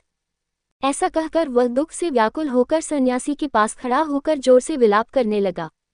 तब सन्यासी के हृदय में उसके प्रति बड़ी दया उत्पन्न हुई। योग में पारंगत उस सन्यासी ने ब्राह्मण के माथे पर लिखे अक्षरों को पढ़ा और उसे पूरी तरह समझकर ब्राह्मण को विस्तारपूर्वक समझाया। सन्यासी ने कहा, कृपया संतान की चाहत रूपी इस अज्ञानता को त्याग दें। भाग्य का क्रम बहुत शक्तिशाली है। विचारशीलता का सहारा लें और संसार की इस चाहत से खुद को मुक्त करें। हे ब्राह्मण, मेरी बात सुनो। मैंने आज तुम्हारे भाग्य को पिछले कर्मों के फल से नियंत्रित होते देखा है। तुम्हारे अस्तित्व या जीवन के 7 चरणों तक तुम्हें कभी पुत्र की प्राप्ति नहीं होगी। प्राचीन काल में राजा सगर अपने पुत्रों के कारण दुखी हो गए थे। अंक के राजा के साथ भी यही हुआ था। इसलिए वंश पालन की सारी आशा और इच्छा त्याग दो। संन्यास में परम सुख है। ब्राह्मण ने कहा, आपकी विवेक बुद्धि किस काम की। आप अपने पुण्य के बल पर मुझे एक पुत्र प्रदान करें यदि संभव हो तो, अन्यथा मैं आपके सामने ही शोक से मूर्छित होकर अपने प्राण त्याग दूंगा। पुत्रों पौत्रों आदि के सुख से रहित यह संन्यास निश्चित ही नीरस और व्यर्थ है, जबकि पुत्रों और पौत्रों से युक्त गृहस्थ जीवन इस संसार में मधुर और मनोहर है। ब्राह्मण के आग्रह पुत्र प्राप्ति को देखकर ऋषि, जिनके लिए तपस्या ही धन थी, बोले, अपने भाग्य को मिटाने बदलने के प्रयास में राजा चित्रकेतु को भारी कष्ट भोगना पड़ा। जिस प्रकार भाग्यहीन व्यक्ति के सारे प्रयत्न विफल हो जाते हैं, उसी प्रकार आप पुत्र प्राप्ति के बाद भी सुखी नहीं होंगे। इतना होने पर भी आप हट कर रहे हैं। आप जैसे साधक को मैं क्या कहूँ। पुत्र प्राप्ति के लिए उसके दृढ़ आग्रह को देखकर सन्यासी ने उसे एक फल दिया और कहा, अपनी पत्नी को यह फल खिलाओ, वह पुत्र को जन्म देगी। तुम्हारी पत्नी 1 वर्ष तक सत्य, शौच, दया, दान और प्रतिदिन एक बार भोजन करने का व्रत रखे, इससे उसे अत्यंत पवित्र स्वभाव वाला पुत्र प्राप्त होगा। ये कहकर योगी चला गया। घर लौटकर ब्राह्मण ने फल अपनी पत्नी को सौंप दिया और कहीं चला गया। उसकी पत्नी यद्यपि युवा थी, परंतु स्वभाव से कुटिल थी। वह अपनी सखी के सामने विलाप करने लगी, अरे, मैं चिंता से व्याकुल हो रही हूँ, इसलिए मैं फल नहीं खाऊंगी। फल खाने से मैं गर्भवती हो जाऊंगी और गर्भ के कारण मेरा पेट बहुत बड़ा हो जाएगा। मुझे खाने में संयम बरतना पड़ेगा, जिससे मैं कमजोर हो जाऊंगी। मैं अपना घरेलू काम कैसे कर पाऊंगी। यदि दुर्भाग्यवश गांव पर डाकुओं का अचानक आक्रमण हो जाए तो गर्भवती स्त्री कैसे भाग पाएगी। यदि गर्भ में ही गर्भ रह जाए, जैसे शुक ऋषि का हुआ था, तो वह कैसे प्रसव कर पाएगी। यदि प्रसव के समय भ्रूण तिरछा हो जाए तो मैं अवश्य ही मर जाऊंगी। अन्यथा भी मुझ जैसी सुकुमार स्त्री प्रसव की तीव्र पीड़ा कैसे सहन कर सकती है। जब मैं कम सक्रिय हो जाती हूँ गर्भावस्था के अंतिम चरण में और प्रसव के बाद प्रसव पीड़ा में, तो मेरे पति की बहन मेरी सारी संपत्ति छीन लेती है। सत्य, स्वच्छता और अन्य व्रतों का पालन करना मेरे लिए बहुत कठिन प्रतीत होता है। सुरक्षित प्रसव के बाद भी बच्चे के पालन पोषण में बहुत परेशानी होती है। मेरा मानना है कि बांझ और विधवा महिला ही सबसे सुखी महिला होती है। इस तरह के गलत तर्क के कारण उसने फल नहीं खाया। जब उसके पति ने उससे पूछा कि क्या उसने फल खाया है, तो उसने कहा कि उसने खाया है। एक दिन संयोगवश उसकी बहन उसके घर आई। उसने उसे सब बातें बताईं और कहा, मेरे मन में बहुत चिंता है। मैं उस चिंता के कारण दुर्बल हो गई हूँ। हे बहन, अब मैं क्या करूँ। उसने उसे आश्वस्त किया, मैं गर्भवती हूँ। प्रसव के पश्चात मैं तुम्हें बच्चा दूंगी। उस दिन तक तुम घर पर आराम से गर्भवती होने का नाटक करो। मेरे पति को कुछ पैसे दो, वह बच्चा तुम्हें सौंप देगा। लोग कहेंगे कि 6ठे महीने में प्रसव होने के कारण बच्चा जीवित नहीं रहा। मैं उस बच्चे को समय समय पर आपके घर आकर दूध पिलाया करूंगी। फल की प्रभावकारिता की जांच करने के लिए तुम इसे अब गाय को खाने के लिए दे दो। अपने स्त्री स्वभाव के कारण उसने अपनी बहन के सभी निर्देशों का पालन किया। समय आने पर उस स्त्री ने एक बच्चे को जन्म दिया, जिसे उसके पिता ने गुप्त रूप से लाकर धुंधली को सौंप दिया। उसने अपने पति को बताया कि उसका प्रसव आसानी से हो गया है। लोग ये जानकर प्रसन्न हुए कि आत्मदेव ने एक संतान को जन्म दिया है। उन्होंने बच्चे के जन्म पर अपेक्षित समारोह जातकर्म किया और ब्राह्मणों को उपहार भेंट किए। उनके द्वार के सामने संगीत वाद्य यंत्रों और गीतों की धूम मची और दंपत्ति द्वारा अनेक शुभ संस्कार किए गए। उसने अपने पति से इस प्रकार शिकायत की कि मेरे स्तनों में दूध नहीं है, मैं स्वयं दूधहीन हूँ, तो मैं बच्चे को दूसरी स्त्री का दूध कैसे पिला सकती हूँ। मेरी बहन ने एक बच्चे को जन्म दिया था जो मर चुका है, उसे बुलाकर विनती करो कि वह हमारे घर में रहे ताकि वह आपके बच्चे को दूध पिला सके। अपने पुत्र की रक्षा के लिए उन्होंने जो भी कहा गया उसका पूरी तरह पालन किया। माता ने अपने पुत्र को धुंधुकारी नाम दिया। तत्पश्चात 3 महीने के पश्चात उस गाय ने एक मानव बच्चे को जन्म दिया जो सभी अंगों से सुंदर, सुडौल, उज्ज्वल, स्वच्छ, पवित्र तथा सोने के समान तेजस्वी था। बालक को देखकर ब्राह्मण इतना प्रसन्न हुआ कि उसने बालक के जन्म से संबंधित सभी अनुष्ठान जैसे जातकर्म स्वयं ही संपन्न किए। इसे गाय से मानव शिशु के जन्म को चमत्कार समझकर सभी लोग उसे देखने आए। देखो, आत्मदेव के भाग्य में अब कितना सौभाग्य आया है। ये तो चमत्कार ही है कि एक गाय से देवतुल्य बालक का जन्म हुआ है। सौभाग्यवश किसी को इस रहस्य का पता नहीं चला। उस बालक के कान गाय के कान जैसे थे। ये देखकर ब्राह्मण ने उसका नाम गोकर्ण रखा। समय के साथ जब उनके पुत्र युवा हो गए तो गोकर्ण बुद्धिमान विद्वान बन गया, जबकि धुंधुकारी अत्यंत दुष्ट हो गया। वह स्नान करने, स्वच्छता और अच्छे आचरण के नियमों का पालन करने की आदत से वंचित था। वह निषिद्ध चीजें खाता था और हमेशा गुस्से में आ जाता था। वह अवांछनीय उपहार स्वीकार करता था और मृत शरीर के हाथ से छुआ हुआ भोजन खाता था। वह चीजें चुराता था, सभी लोगों से घृणा करता था, दूसरे लोगों के घरों में आग लगाता था और छोटे बच्चों को प्रकटतः दुलारने के लिए उठाकर तुरंत कुओं में फेंक देता था। वह हाथ में घातक हथियार लेकर जीवों को मारता था। वह अंधे और दुखी लोगों को बहुत परेशान करता था। वह चांडालों, सबसे नीची जाति के लोगों की संगति में आनंदित रहता था और हमेशा अपने हाथ में पाश लेकर चलता था तथा उसके साथ कुत्ते भी रहते थे। उसने अपनी पैतृक संपत्ति वेश्याओं की संगति में नष्ट कर दी। एक दिन उसने अपने माता पिता को बहुत मारा पीटा और स्वयं ही घर के बर्तन उठा ले गया। वर्णित है कि जब उसके कंजूस पिता को धन से वंचित कर दिया गया तो वह जोर से विलाप करने लगा, निसंतानता उस दुष्ट पुत्र से बेहतर है जो वास्तव में परेशानी का कारण है। मैं कहाँ रहूं, मैं कहाँ जाऊं, मेरे दुखों से मुझे कौन छुटकारा दिलाएगा, मुझ पर क्या विपत्ति आ पड़ी है, मैं इस दुख से व्याकुल होकर आत्महत्या कर लूंगा। उस समय विद्वान गोकर्ण अपने पिता के पास आए और त्याग की महत्ता समझाते हुए उन्हें समझाने का प्रयत्न किया। ये संसार निसंदेह असार है, दुखों से भरा है और मोह उत्पन्न करने वाला है। मनुष्य अपने पुत्र और संपत्ति का नियंत्रक नहीं है, अर्थात पुत्र किसका है और संपत्ति किसकी है, उनमें आसक्त व्यक्ति दिन रात जैसे अग्नि में जलता रहता है। स्वर्ग के स्वामी इंद्र को भी किंचित मात्र भी सुख नहीं मिलता और न ही जगत के सम्राट को।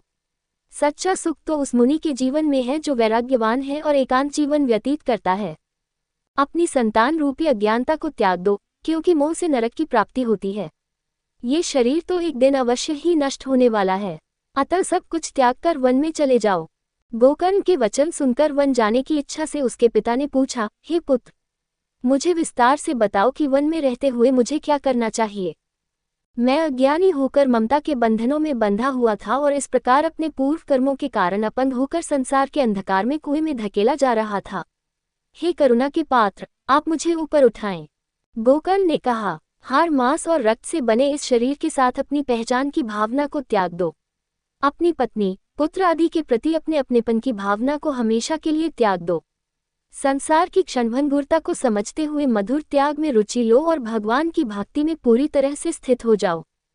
सांसारिक कर्तव्यों का परित्याग करके सदैव धर्म के मार्ग पर अविचल भाव से चलो। साधु पुरुषों की सेवा करो। सांसारिक सुखों की तृष्णा त्याग दो। दूसरों के गुण दोषों पर विचार करना तुरंत बंद करो और हरि की कथाओं का मधुर रस पान करो।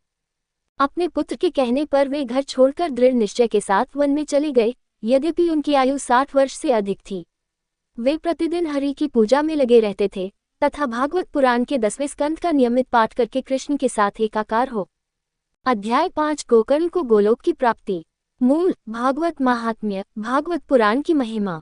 पिता के वन चले जाने के बाद धुंधुकारी ने अपनी मां को बुरी तरह पीटा और कहा, मुझे बताओ कि धन कहाँ जमा है, नहीं तो मैं तुम्हें लात मारकर गिरा दूंगा। उसकी धमकी से घबराकर तथा अपने बेटे द्वारा किए गए उत्पीड़न से व्यथित होकर उसने रात में एक कुएं में छलांग लगा दी, जिससे उसकी मृत्यु हो गई। गोकर्ण ने योग में खुद को स्थापित कर लिया और तीर्थ स्थानों की यात्रा पर निकल पड़े। वे सुख और दुख के द्वैत से परे हो गए। उनका न तो कोई शत्रु था और न ही कोई मित्र। वह 5 वेश्याओं से घिरा हुआ घर में रहने लगा। उन वेश्याओं के भरण पोषण की चिंता में उसका मन भ्रमित हो गया और वह जघन्यतम अपराध करने लगा। एक बार उन दुष्ट स्त्रियों ने उनसे आभूषण प्राप्त करने की इच्छा प्रकट की। वे काम वासना में अंधे हो गए और अपनी मृत्यु को भूल गए। वे उन्हें प्राप्त करने के लिए घर से बाहर निकल गए। विभिन्न स्थानों से धन चुराकर वे अपने घर लौट आए और उन्हें बहुत से बहुमूल्य वस्त्र और आभूषण दे दिए। अपार धन संपत्ति का ढेर देखकर स्त्रियों ने उसी रात षड्यंत्र रचा, यह आदमी तो चोर है, इसलिए राजा इसे पकड़वा देगा। ये तो निश्चित है कि धन संपत्ति छीन लेने के बाद वह उसे अवश्य मार डालेगा, इसलिए क्यों न हम उसे गुप्त रूप से मार डालें ताकि उसका धन सुरक्षित रहे। इसे मारकर और इसकी संपत्ति आपस में बांटकर हम जहां जाना चाहें वहां चले जाएंगे। ऐसा निश्चय करके उन्होंने उसे सोते समय रस्सियों से बांध दिया और उसके गले में फंदा डालकर उसका गला घोंट दिया, परंतु वह तुरंत नहीं मरा। अतः वे चिंता में डूब गए। उन्होंने उसके चेहरे पर जलते हुए अंगारों का ढेर फेंक दिया। आग की लपटों से वह बहुत पीड़ित हो गया और व्याकुल होकर मर गया। उन्होंने उस लाश को एक गड्ढे में दफना दिया, क्योंकि औरतें आमतौर पर क्रूर और बेशर्म होती हैं। उनके गुप्त कामों के बारे में कोई नहीं जान सकता। यही हाल इस मामले का भी था। जब लोग पूछते थे तो वे बताते थे कि हमारे प्रिय स्वामी धन के लोभ में बहकर किसी दूर देश चले गए हैं और 1 वर्ष के भीतर लौट आएंगे। बुद्धिमान पुरुष को स्त्रियों पर भरोसा नहीं करना चाहिए, चाहे वे मर चुकी हों। जो मूर्ख उन पर भरोसा करता है वह विपत्तियों में डूब जाता है। ऐसी स्त्रियों को कौन प्रिय है जिनके वचन अमृतमय मधुरता से भरे हुए हैं, कामातुरों के प्रेम की भावना को तीव्र करते हैं, किंतु जिनका हृदय छुरे के समान तीक्ष्ण और कटु है। वे वेश्याएं अनेक ग्राहक पतियों के साथ मिलकर धुंधुकारी का धन लेकर भाग गईं और वह अपने दुष्कर्मों के फलस्वरूप एक भयंकर खौफनाक प्रेत बन गया। वह प्रचंड वायु का रूप धारण करके सूर्य की शीत और गर्मी से पीड़ित होकर बिना कुछ खाए पिए 10 दिशाओं में इधर उधर भागता रहा। अपने भाग्य दुर्भाग्य पर बार बार दुखी होकर उसे कहीं भी शरण नहीं मिली। कुछ समय बाद गोकर्ण को लोगों से अपनी मृत्यु का समाचार मिला।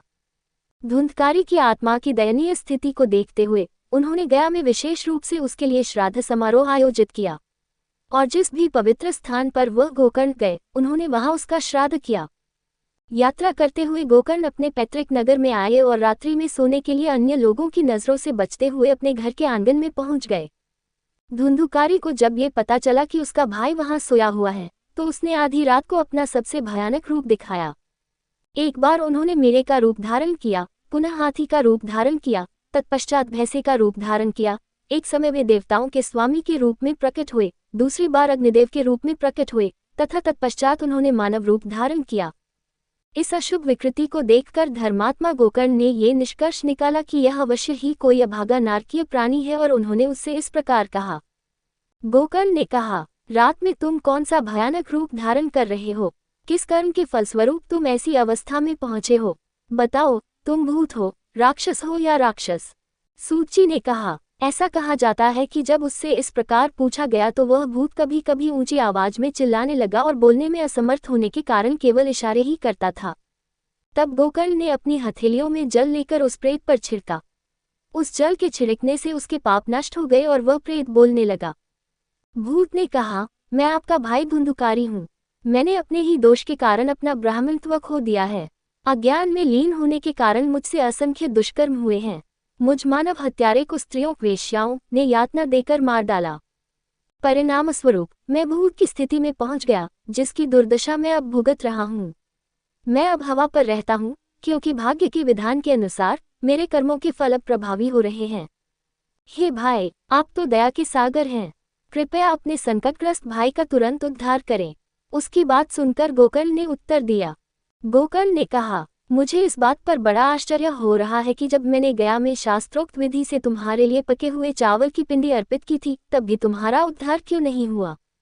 यदि गया में श्राद्ध करने से मोक्ष न मिले तो इस संसार में कोई दूसरा उपाय नहीं है। हे आत्मा, मुझे विस्तार से बताओ कि मुझे तुम्हारे लिए क्या करना चाहिए। आत्मा ने उत्तर दिया, यदि तुम गया में सैकड़ों श्राद्ध भी करोगे तो भी मेरा उद्धार नहीं होगा। अब तुम कोई दूसरा उपाय सोचो। उसके वचन सुनकर गोकर्ण को बड़ा आश्चर्य हुआ। और उसने कहा, यदि सैकड़ों श्राद्धों गयामे के करने से भी मुक्ति संभव नहीं है, तो फिर तुम्हारा उद्धार असंभव है। तथापि हे आत्मा, तुम निर्भय होकर अपने स्थान पर रहो, मैं इस विषय पर विचार करूंगा और कुछ ऐसा करूंगा जिससे तुम्हें मुक्ति मिल सके। गोकर्ण की सलाह के अनुसार धुंधकारी अपने स्थान पर चले गए। उस रात गोकर्ण ने उपाय के बारे में सोचा, लेकिन उन्हें कोई सुराग नहीं मिला। अगली सुबह जब लोगों को पता चला कि वह आ गया है, तो मित्रता के नाते लोग उससे मिलने आए। उसने उन्हें सब कुछ बताया कि पिछली रात क्या क्या हुआ था। विद्वानों, योग के विशेषज्ञों, शास्त्रों के विशेषज्ञों और वेदांतियों ने अपने अपने शास्त्रों का संदर्भ लिया, लेकिन उन्हें धुंधुकारी के उद्धार का कोई उपाय नहीं मिला। तब धुंधकारी के उद्धार के विषय में सूर्यदेव का निर्णय सभी को अंतिम लगने लगा। कहते हैं कि तब गोकर्ण ने सूर्यदेव के वेग को रोक दिया। हे जगत के साक्षी, मैं आपको प्रणाम करता हूँ। कृपया मुझे मेरे भाई को मुक्ति दिलाने का कोई उपाय बताइए। ये सुनकर सूर्यदेव ने बहुत ऊपर से स्पष्ट सुनाई देने वाली वाणी में उत्तर दिया, श्रीमद्भागवत के पाठ से मोक्ष की प्राप्ति होगी। सूर्यदेव का ये धार्मिक मार्गदर्शन सभी ने स्पष्ट रूप से सुना। सबने एक स्वर में कहा, ये सरल है, इसे पूर्ण प्रयत्न से करना चाहिए। ये निश्चय करके कि इस पाठ से प्रेत का उद्धार हो जाएगा, गोकर्ण ने भागवत पढ़ना आरंभ किया। इसे सुनने के लिए देश के विभिन्न भागों और गांवों से लोग वहां एकत्र हुए थे। ऐसा कहा जाता है कि लंगड़े, अंधे, बूढ़े और मानसिक रूप से विकलांग व्यक्ति भी अपने पापों का नाश करने के लिए वहां आए थे। श्रोताओं की सभा इतनी बड़ी थी कि देवता भी आश्चर्यचकित हो गए। जब गोकर्ण ने आसन ग्रहण कर भागवत कथा सुनानी आरंभ की तो वहां धुंधकारी नामक दुष्टात्मा आ गया। इधर उधर आसन ढूंढते हुए उसने देखा कि वहां 7 जोड़ों वाला एक ऊंचा बांस खड़ा है। उस बांस की जड़ में एक छेद करके वह भागवत सुनने के उद्देश्य से उसमें बैठ गया। चूंकि उसके लिए अपने वायु रूप में स्थिर रहना संभव नहीं था, इसलिए वह बांस के अंदर घुस गया। विष्णु भक्त ब्राह्मण को श्रोताओं का मुख्य सदस्य मानकर गौपुत्र गोकर्ण ने प्रथम स्कंद से अत्यंत ऊंचे स्वर में कथा भागवत प्रारंभ की। सायंकाल के समय जब चर्चा स्थगित हो गई और भागवत का पाठ ढका जा रहा था, तब एक अद्भुत घटना घटी। सभी धर्मप्राय श्रोतागण देख रहे थे। तभी बांस की 7 गांठों में से एक गांठ जोर से टूट गई। दूसरे दिन शाम को दूसरा जोड़ फट गया। इसी तरह तीसरे दिन सूर्यास्त के समय तीसरा जोड़ फट गया। इस प्रकार बांस के 7 जोड़ टूट गए और भागवत के 12 स्कंदों के श्रवण के फलस्वरूप उस दुष्टात्मा ने अपना राक्षसी शरीर त्याग दिया। उन्होंने दिव्य रूप धारण किया था। उनका रंग मेघ के समान काला था। वे तुलसी की मालाओं से सुशोभित थे, पीले रेशमी वस्त्र पहने हुए थे, सिर पर मुकुट और कानों में कुंडल पहने हुए थे। उसने तुरंत अपने भाई गोकर्ण को प्रणाम किया और कहा, हे भाई, आपने दया करके मुझे पापमय प्रेत योनि से मुक्ति दिला दी है।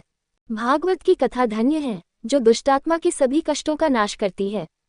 इसी प्रकार भागवत सप्ताह भी धन्य है, जो श्रोताओं को वैकुंठ कृष्ण का लोक प्रदान करता है। जब कोई व्यक्ति भागवत सप्ताह में भाग लेता है तो उसके सारे पाप कांपने लगते हैं और कहते हैं, अब भागवत की कथा हमें तत्काल और पूरी तरह से नष्ट कर देगी। जैसे अग्नि सूखी गीली छोटी बड़ी सभी प्रकार की हवन सामग्री को जला देती है, वैसे ही भागवत सुनने से वाणी, कर्म या मन से, चाहे जाने अनजाने में, छोटे बड़े प्राणियों के प्रति किए गए सभी पाप कर्म भस्म हो जाते हैं। भारतवर्ष में जन्म लेकर भी जो भागवत की कथा नहीं सुनता, उसका जीवन निष्फल है। ऐसा ब्राह्मणों की सभा में बुद्धिमानों ने कहा है और देवसभा में बृहस्पति ने भी कहा है। मोहवश स्नेह से सुरक्षित, सुपोषित और सुदृढ़ इस क्षणभंगुर शरीर का क्या उपयोग है, यदि शुक भागवत की कथा न सुनी जाए। ये शरीर अस्थियों के स्तंभ रूपी कंकाल पर निर्मित, मांसपेशियों से बंधा हुआ, रक्त और मांस से लिपा हुआ तथा त्वचा से ढका हुआ है। ये शरीर मलमूत्र का दुर्गंधयुक्त पात्र है। ये सदैव वृद्धावस्था और शोक के प्रभाव से पीड़ित रहता है, रोगों का घर है, रोगी या घायल रहता है, कभी संतुष्ट नहीं होता, पालन पोषण में कठिन, निंदनीय, दोषपूर्ण और क्षणिक होता है। शरीर को सामान्यतः ऐसा बताया जाता है कि यह कीड़ों में समाप्त हो जाता है, यदि दफनाया जाए मलमूत्र में समाप्त हो जाता है, यदि मांसाहारी जानवरों द्वारा खाया जाए और राख में समाप्त हो जाता है, यदि दाह संस्कार किया जाए। इस अस्थिर यंत्र से स्थिरता लाने वाले कार्य क्यों न किए जाएं? जो भोजन सुबह पकाया जाता है वह शाम को सड़ जाता है। ऐसे भोजन के रस सार पर पलने वाला शरीर कैसे स्थायी रह सकता है? एक सप्ताह तक भागवत सुनने से भगवान श्रीहरि इस संसार में अपने ही समीप रहते हैं। अतः उपरोक्त सप्ताह ही समस्त दोषों और पापों को दूर करने का एकमात्र साधन है। जो लोग भागवत कथा नहीं सुनते वे जल में बुलबुले और जीवों में मच्छरों की तरह मृत्यु को प्राप्त होने के लिए ही जन्म लेते हैं। क्या ये कोई चमत्कार है कि भागवत कथा सुनने से हृदय की गांठें सुलझ जाती हैं, जब सूखे बांस जैसे मृत पदार्थ के जोड़ टूट जाते हैं। जब कोई भागवत सप्ताह में भागवत सुनता है तो उसके हृदय की गांठें कट जाती हैं, सारे संशय दूर हो जाते हैं और उसके सारे दुष्कर्म नष्ट हो जाते हैं। बुद्धिमानों ने कहा है कि जब भागवत कथा रूपी पवित्र जल को मन में संचित कर लिया जाता है तो वह मोक्ष ही है, वह कथा जो संसार में कीचड़ बुरे कर्मों के संपर्क से उत्पन्न हुए गंदे दागों को सबसे प्रभावी ढंग से धो देती है। ऐसा कहा जाता है कि जब वे देवी रूपी धुंधुकारी इस प्रकार बोल रहे थे तो अत्यंत तेजस्वी प्रभामंडल से युक्त तथा वैकुंठवासियों को लेकर एक दिव्य रथ वहां आया। जब सब लोग देख रहे थे तब धुंधुकारी धुंधली का पुत्र उस विमान पर चढ़ा। उस विमान में भगवान विष्णु के भक्तों को देखकर गोकर्ण ने निम्नलिखित शब्द कहे। गोकर्ण ने कहा, इसी स्थान पर मेरे बहुत से पापरहित श्रोतागण हैं, उनके लिए एक साथ दिव्य रथ क्यों नहीं लाए जाते। हे हरि के प्रिय जन, कृपया बताएं कि भागवत सप्ताह का फल प्राप्त करने में असमानता क्यों है, जबकि ये देखा गया है कि सभी ने भागवत सुनने में समान रूप से भाग लिया था। हरि के सेवकों ने समझाया, पुरस्कार प्राप्ति में भिन्नता सुनने में असमानता के कारण होती है। सबने केवल सुना है परंतु उस पर समान श्रद्धा से विचार नहीं किया है। हे विनयशील गोकर्ण, पूजा के अनुसार फल की प्राप्ति में भिन्नता होती है। दुष्टात्मा ने 7 दिन तक उपवास रखकर भागवत कथा सुनी। उसने स्थिर एकाग्र मन से उस पर गहन चिंतन किया है। आध्यात्मिक ज्ञान यदि दृढ़तापूर्वक आत्मसात न किया जाए तो वह फलदायी नहीं होता। यही बात असावधान श्रवण के साथ भी लागू होती है। जो मंत्र किसी योग्य गुरु की परंपरा से न मिला हो या जो सलाह संशयग्रस्त मन से प्राप्त हुई हो, वह निष्फल होती है। विचलित मन से पवित्र शब्दों का उच्चारण करना व्यर्थ है। वह देश अभागा है जहाँ भगवान विष्णु के भक्त नहीं रहते। यदि भोजन किसी अयोग्य व्यक्ति को दिया जाए तो श्राद्ध व्यर्थ है। वेदों को न जानने वाले ब्राह्मण को दिया गया दान निष्फल होता है। जिस कुल में उचित आचरण नहीं होता वह कुल नाश को प्राप्त होता है। गुरु के वचनों में दृढ़ विश्वास, अपने प्रति विनम्रता, दुष्ट मानसिक प्रवृत्तियों पर नियंत्रण, भागवत श्रवण में अनन्य भक्ति, यदि ऐसी स्थितियां हों तो ही भागवत श्रवण फलदायी होता है। अगले श्रवण भागवत सप्ताह के अंत तक वे निश्चित रूप से वैकुंठ में निवास करेंगे। हे गोकर्ण, भगवान विष्णु गोविंद तुम्हें स्वयं गोलोक ले जाएंगे। इस प्रकार कहकर वे सभी हरि स्तुति करने वाले वैकुंठ चले गए। अगले श्रावण मास में गोकर्ण ने पुनः भागवत की कथा तथा उसका वर्णन सुनाया। 7 रात्रियों तक अर्थात 1 सप्ताह तक उन्होंने इसे पुनः सुना निर्धारित शर्तों के अनुसार। हे नारद, अब सुनिए कि कथा के समापन पर अर्थात भागवत सप्ताह के अंत में क्या हुआ। भगवान हरि अपने भक्तों और दिव्य रथों के साथ प्रकट हुए। अभिवादन और सम्मान व्यक्त करने के लिए जय और नमः शब्दों का निरंतर उच्च स्वर में उद्घोष हुआ। भगवान हरि ने प्रसन्न होकर वहां अपना पांचजन्य शंख बजाया और गोकर्ण को गले लगाकर उसे अपने जैसा रूप प्रदान किया। भगवान हरि ने क्षण भर में ही अन्य श्रोताओं को भी बादलों के समान गहरे नीले रंग का बना दिया। उन्हें पीले रेशमी वस्त्र पहना दिए, उनके सिर पर मुकुट और कानों में कुंडल पहना दिए अपने ही समान। उस गांव में रहने वाले सभी प्राणी, जिनमें कुत्ते और चांडाल भी शामिल थे, गोकर्ण की कृपा से दिव्य रथों में स्थान पा गए और उन्हें वैकुंठ ले जाया गया, जो हरि का धाम है, जिसे योगीजन अपने जीवन के अंत में प्राप्त करते हैं। अपने भक्तों पर इतने दयालु दिव्य ग्वाल बाल भगवान विष्णु गोकर्ण से भागवत की कथा सुनकर अत्यधिक प्रसन्न हुए और गोकर्ण को अपने साथ गोलोक ले गए, जो ग्वालों को अत्यंत प्रिय है। जिस प्रकार पूर्वकाल में अयोध्या के सभी निवासी राम के साथ गए थे, उसी प्रकार कृष्ण भी उन सभी को अपने लोक गोलोक में ले गए, जिसे पाना योगियों के लिए भी कठिन है। श्रीमद्भागवत के उचित श्रवण से वे सभी उस परम गति को प्राप्त हुए, जो सूर्य, चंद्रमा तथा सिद्धों के लिए भी दुर्गम है। भागवत सप्ताह नामक यज्ञ में वर्णित भागवत की कथाओं में संग्रहित समस्त महिमा में फलों का वर्णन हम आपसे कैसे कर सकते हैं। जिन लोगों ने गोकर्ण द्वारा वर्णित भागवत कथा का एक भी अक्षर अपने कानों से पी लिया है, वे संसार अर्थात अगले जन्म में माता के गर्भ में वापस नहीं आते। जो लोग भागवत सप्ताह के दौरान भागवत का पाठ तथा उसकी व्याख्या सुनते हैं, वे उस परम पद को प्राप्त करते हैं, जहां अन्य लोग वायु, जल, सूखे पत्ते खाकर, शरीर को क्षीण करके, दीर्घकाल तक कठोर तप करके तथा योगाभ्यास करके भी नहीं पहुंच सकते। ब्रह्मानंद में लीन महान ऋषि शांडिल्य भी चित्रकूट पर्वत पर इस पवित्र कथा का नियमित पाठ करते हैं। यदि यह परम पवित्र कथा भागवत एक बार भी सुनी जाए तो यह समस्त पापों को भस्म कर देती है। यदि इसे श्राद्ध के समय सुना जाए तो ये पितरों को पूर्ण संतुष्टि प्रदान करती है। यदि इसे प्रतिदिन श्रद्धापूर्वक पढ़ा जाए तो ये संसार जन्म मरण का चक्र समाप्त कर देती है। भागवत पुराण सुनने की प्रक्रिया। मूल भागवत महात्म्य भागवत पुराण।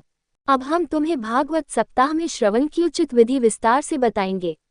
ऐसा कहा गया है कि यह विधि मित्रों की सहायता से तथा धन के व्यय से पूरी की जानी चाहिए। किसी ज्योतिषी को बुलाकर उससे शुभ समय भागवत पाठ के आरंभ का तय करके अपनी पुत्री के विवाह के लिए जितनी धनराशि की आवश्यकता हो उतनी धनराशि भागवत सप्ताह के लिए एकत्रित करनी चाहिए। भाद्रपद, आश्विन, कार्तिक, मार्गशीर्ष, आषाढ़ और श्रावण ये भागवत कथा के आरंभ के महीने हैं जो श्रोताओं की अंतिम मुक्ति का संकेत देते हैं। उन आपत्तिजनक वस्तुओं जैसे श्रावण मास में सब्जियां, भाद्रपद मास में दही का त्याग उन विशेष महीनों में कर देना चाहिए। अन्य उत्साही तथा परिश्रमी सहायकों का सहयोग प्राप्त करना चाहिए। इस स्थान पर भागवत कथा का वाचन होने वाला है, इसलिए वे अपने परिवार सहित आएं। ये संदेश विशेष प्रयास करके विभिन्न स्थानों पर पहुंचाया जाए। जो लोग हरि की कथा सुनने और अच्युत के नाम का कीर्तन करने से वंचित रह जाते हैं और इस प्रकार अवसर से वंचित रह जाते हैं, स्त्रियां और निम्नतम जाति के लोगों को भागवत सप्ताह का ज्ञान अर्थात समाचार प्राप्त करना चाहिए। संसार से विरक्त व्यक्तियों तथा भगवान विष्णु के भक्तों को जो भगवान विष्णु का नाम जपने के लिए उत्सुक हैं, पत्र विभिन्न स्थानों पर भेजे जाने चाहिए। पत्र का प्रारूप इस प्रकार है। यहाँ एक सप्ताह तक पुण्यात्माओं का दुर्लभ समागम होने वाला है। यहाँ अपूर्व मधुर भागवत कथा का वाचन भी होने वाला है। जो माननीय भगवान नाम अमृत पीने के आदि हैं तथा भगवान के प्रेम में अगाध हैं, वे श्री भागवत रूपी अमृत का पान करने के लिए शीघ्र पधारें। यदि आपके पास समय न हो तो भी कम से कम एक दिन के लिए अवश्य पधारें, क्योंकि यहाँ एक क्षण की उपस्थिति भी मिलना बहुत कठिन है। इस प्रकार उन्हें विनम्रतापूर्वक निमंत्रण भेजा जाना चाहिए। सभी संभावित मेहमानों के रहने की व्यवस्था की जानी चाहिए। भागवत कथा सुनने की व्यवस्था पवित्र स्थान पर, वन में अथवा घर पर ही करनी चाहिए। जहाँ विस्तृत मैदान हो वही भागवत कथा सुनने का स्थान निश्चित करना चाहिए। जमीन को साफ करके, झाड़ू लगाकर, गोबर से लीपकर, लाल चाक से पोतकर रखना चाहिए। घर में मौजूद फर्नीचर और अन्य सामान को घर के कोने में रखना चाहिए। 5 दिन पहले से ही जमीन को ढकने के लिए कालीन आदि जुटा लेना चाहिए। केले के वृक्षों के तने से सजा हुआ ऊंचा पंडाल खड़ा कर देना चाहिए। मंडप को चारों ओर से फल, फूल और पत्तियों की छतरी और माला से सजाना चाहिए। चारों ओर ध्वजा फहराने चाहिए, जिससे मंडप की शोभा बढ़ जाए। 7 ऊपरी लोकों जैसे भूलोक, भुवरलोक, स्वरलोक और ब्रह्मांड में अन्य का प्रतिनिधित्व करने वाले 7 प्लेटफार्मों पेंडल में की आरोही श्रृंखला का निर्माण किया जाना चाहिए और ब्राह्मणों और त्यागियों सांसारिक जीवन के को अनुरोध करके वहां बैठाया जाना चाहिए। उससे पहले उन मंचों पर एक के बाद एक सीटें प्रदान की जानी चाहिए और भागवत के व्याख्याता के लिए एक उत्कृष्ट सीट सबका दृष्टिकोण रखते हुए तैयार की जानी चाहिए। यदि भागवत का व्याख्याता उत्तर की ओर मुख करके बैठे तो श्रोताओं को पूर्व की ओर मुख करना चाहिए और इसके विपरीत यदि व्याख्याता पूर्व की ओर मुख करके बैठे तो श्रोताओं को उत्तर की ओर मुख करके बैठना चाहिए। काल, स्थान आदि के ज्ञान के विशेषज्ञों ने अपना निर्णय घोषित किया है कि आगमों के अनुसार पूर्व दिशा उपासकों, श्रोताओं और भागवत के व्याख्याता के बीच मानी गई है। चुना गया व्याख्याता भगवान विष्णु का उपासक ब्राह्मण होना चाहिए, जिसने संसार का त्याग कर दिया हो तथा जो वेदों और शास्त्रों के कठिन विषयों को समझाने में सक्षम हो, विषय को स्पष्ट करने में उचित उदाहरण देने में निपुण हो तथा लोभ और लालसा से पुनर्तः मुक्त बुद्धिमान वक्ता हो। जो व्यक्ति स्वयं धर्म के विभिन्न मार्गों से भ्रमित हैं, स्त्रियों में अत्यधिक आसक्त हैं, पाखंड को मानते हैं, वे भले ही विद्वान क्यों न हो, भागवत के पाठ के भी अयोग्य हैं। भागवत के व्याख्याता के साथ तथा उसकी सहायता के लिए व्याख्याता की समान योग्यता वाला एक अन्य विद्वान ब्राह्मण, जो श्रोताओं के संदेहों का समाधान करने में समर्थ हो तथा लोगों को ज्ञान देने में तत्पर हो, को स्थापित करना चाहिए। निर्धारित सप्ताह में भागवत का पाठ और व्याख्या करने का पवित्र व्रत पूरा करने के लिए प्रस्तावित व्याख्याता को पिछले दिन मुंडन करवाना चाहिए। भोर होने पर उसे अपने सुबह के कामों से निपटकर स्नान करना चाहिए। अपनी प्रातःकालीन प्रार्थना संध्या को संक्षिप्त रूप से पूरा करने के बाद उसे विशेष ध्यान और प्रयास के साथ भगवान गणेश की पूजा करनी चाहिए, ताकि भागवत के पाठ में आने वाली कठिनाइयों यदि कोई हो को दूर किया जा सके। अपने पितरों की संतुष्टि के लिए जल से तर्पण करने के पश्चात उसे अपने पितरों की शुद्धि के लिए प्रायश्चित अनुष्ठान करना चाहिए। उसे हरि के आह्वान के लिए सर्वतोभद्र प्रकार का रहस्यमय चित्र बनाना चाहिए तथा उसमें भगवान हरि की प्रतिमा स्थापित करनी चाहिए। निर्धारित पूजा पद्धति का पालन करते हुए उसे विशिष्ट मंत्रों का उच्चारण करते हुए भगवान श्री कृष्ण की पूजा करनी चाहिए।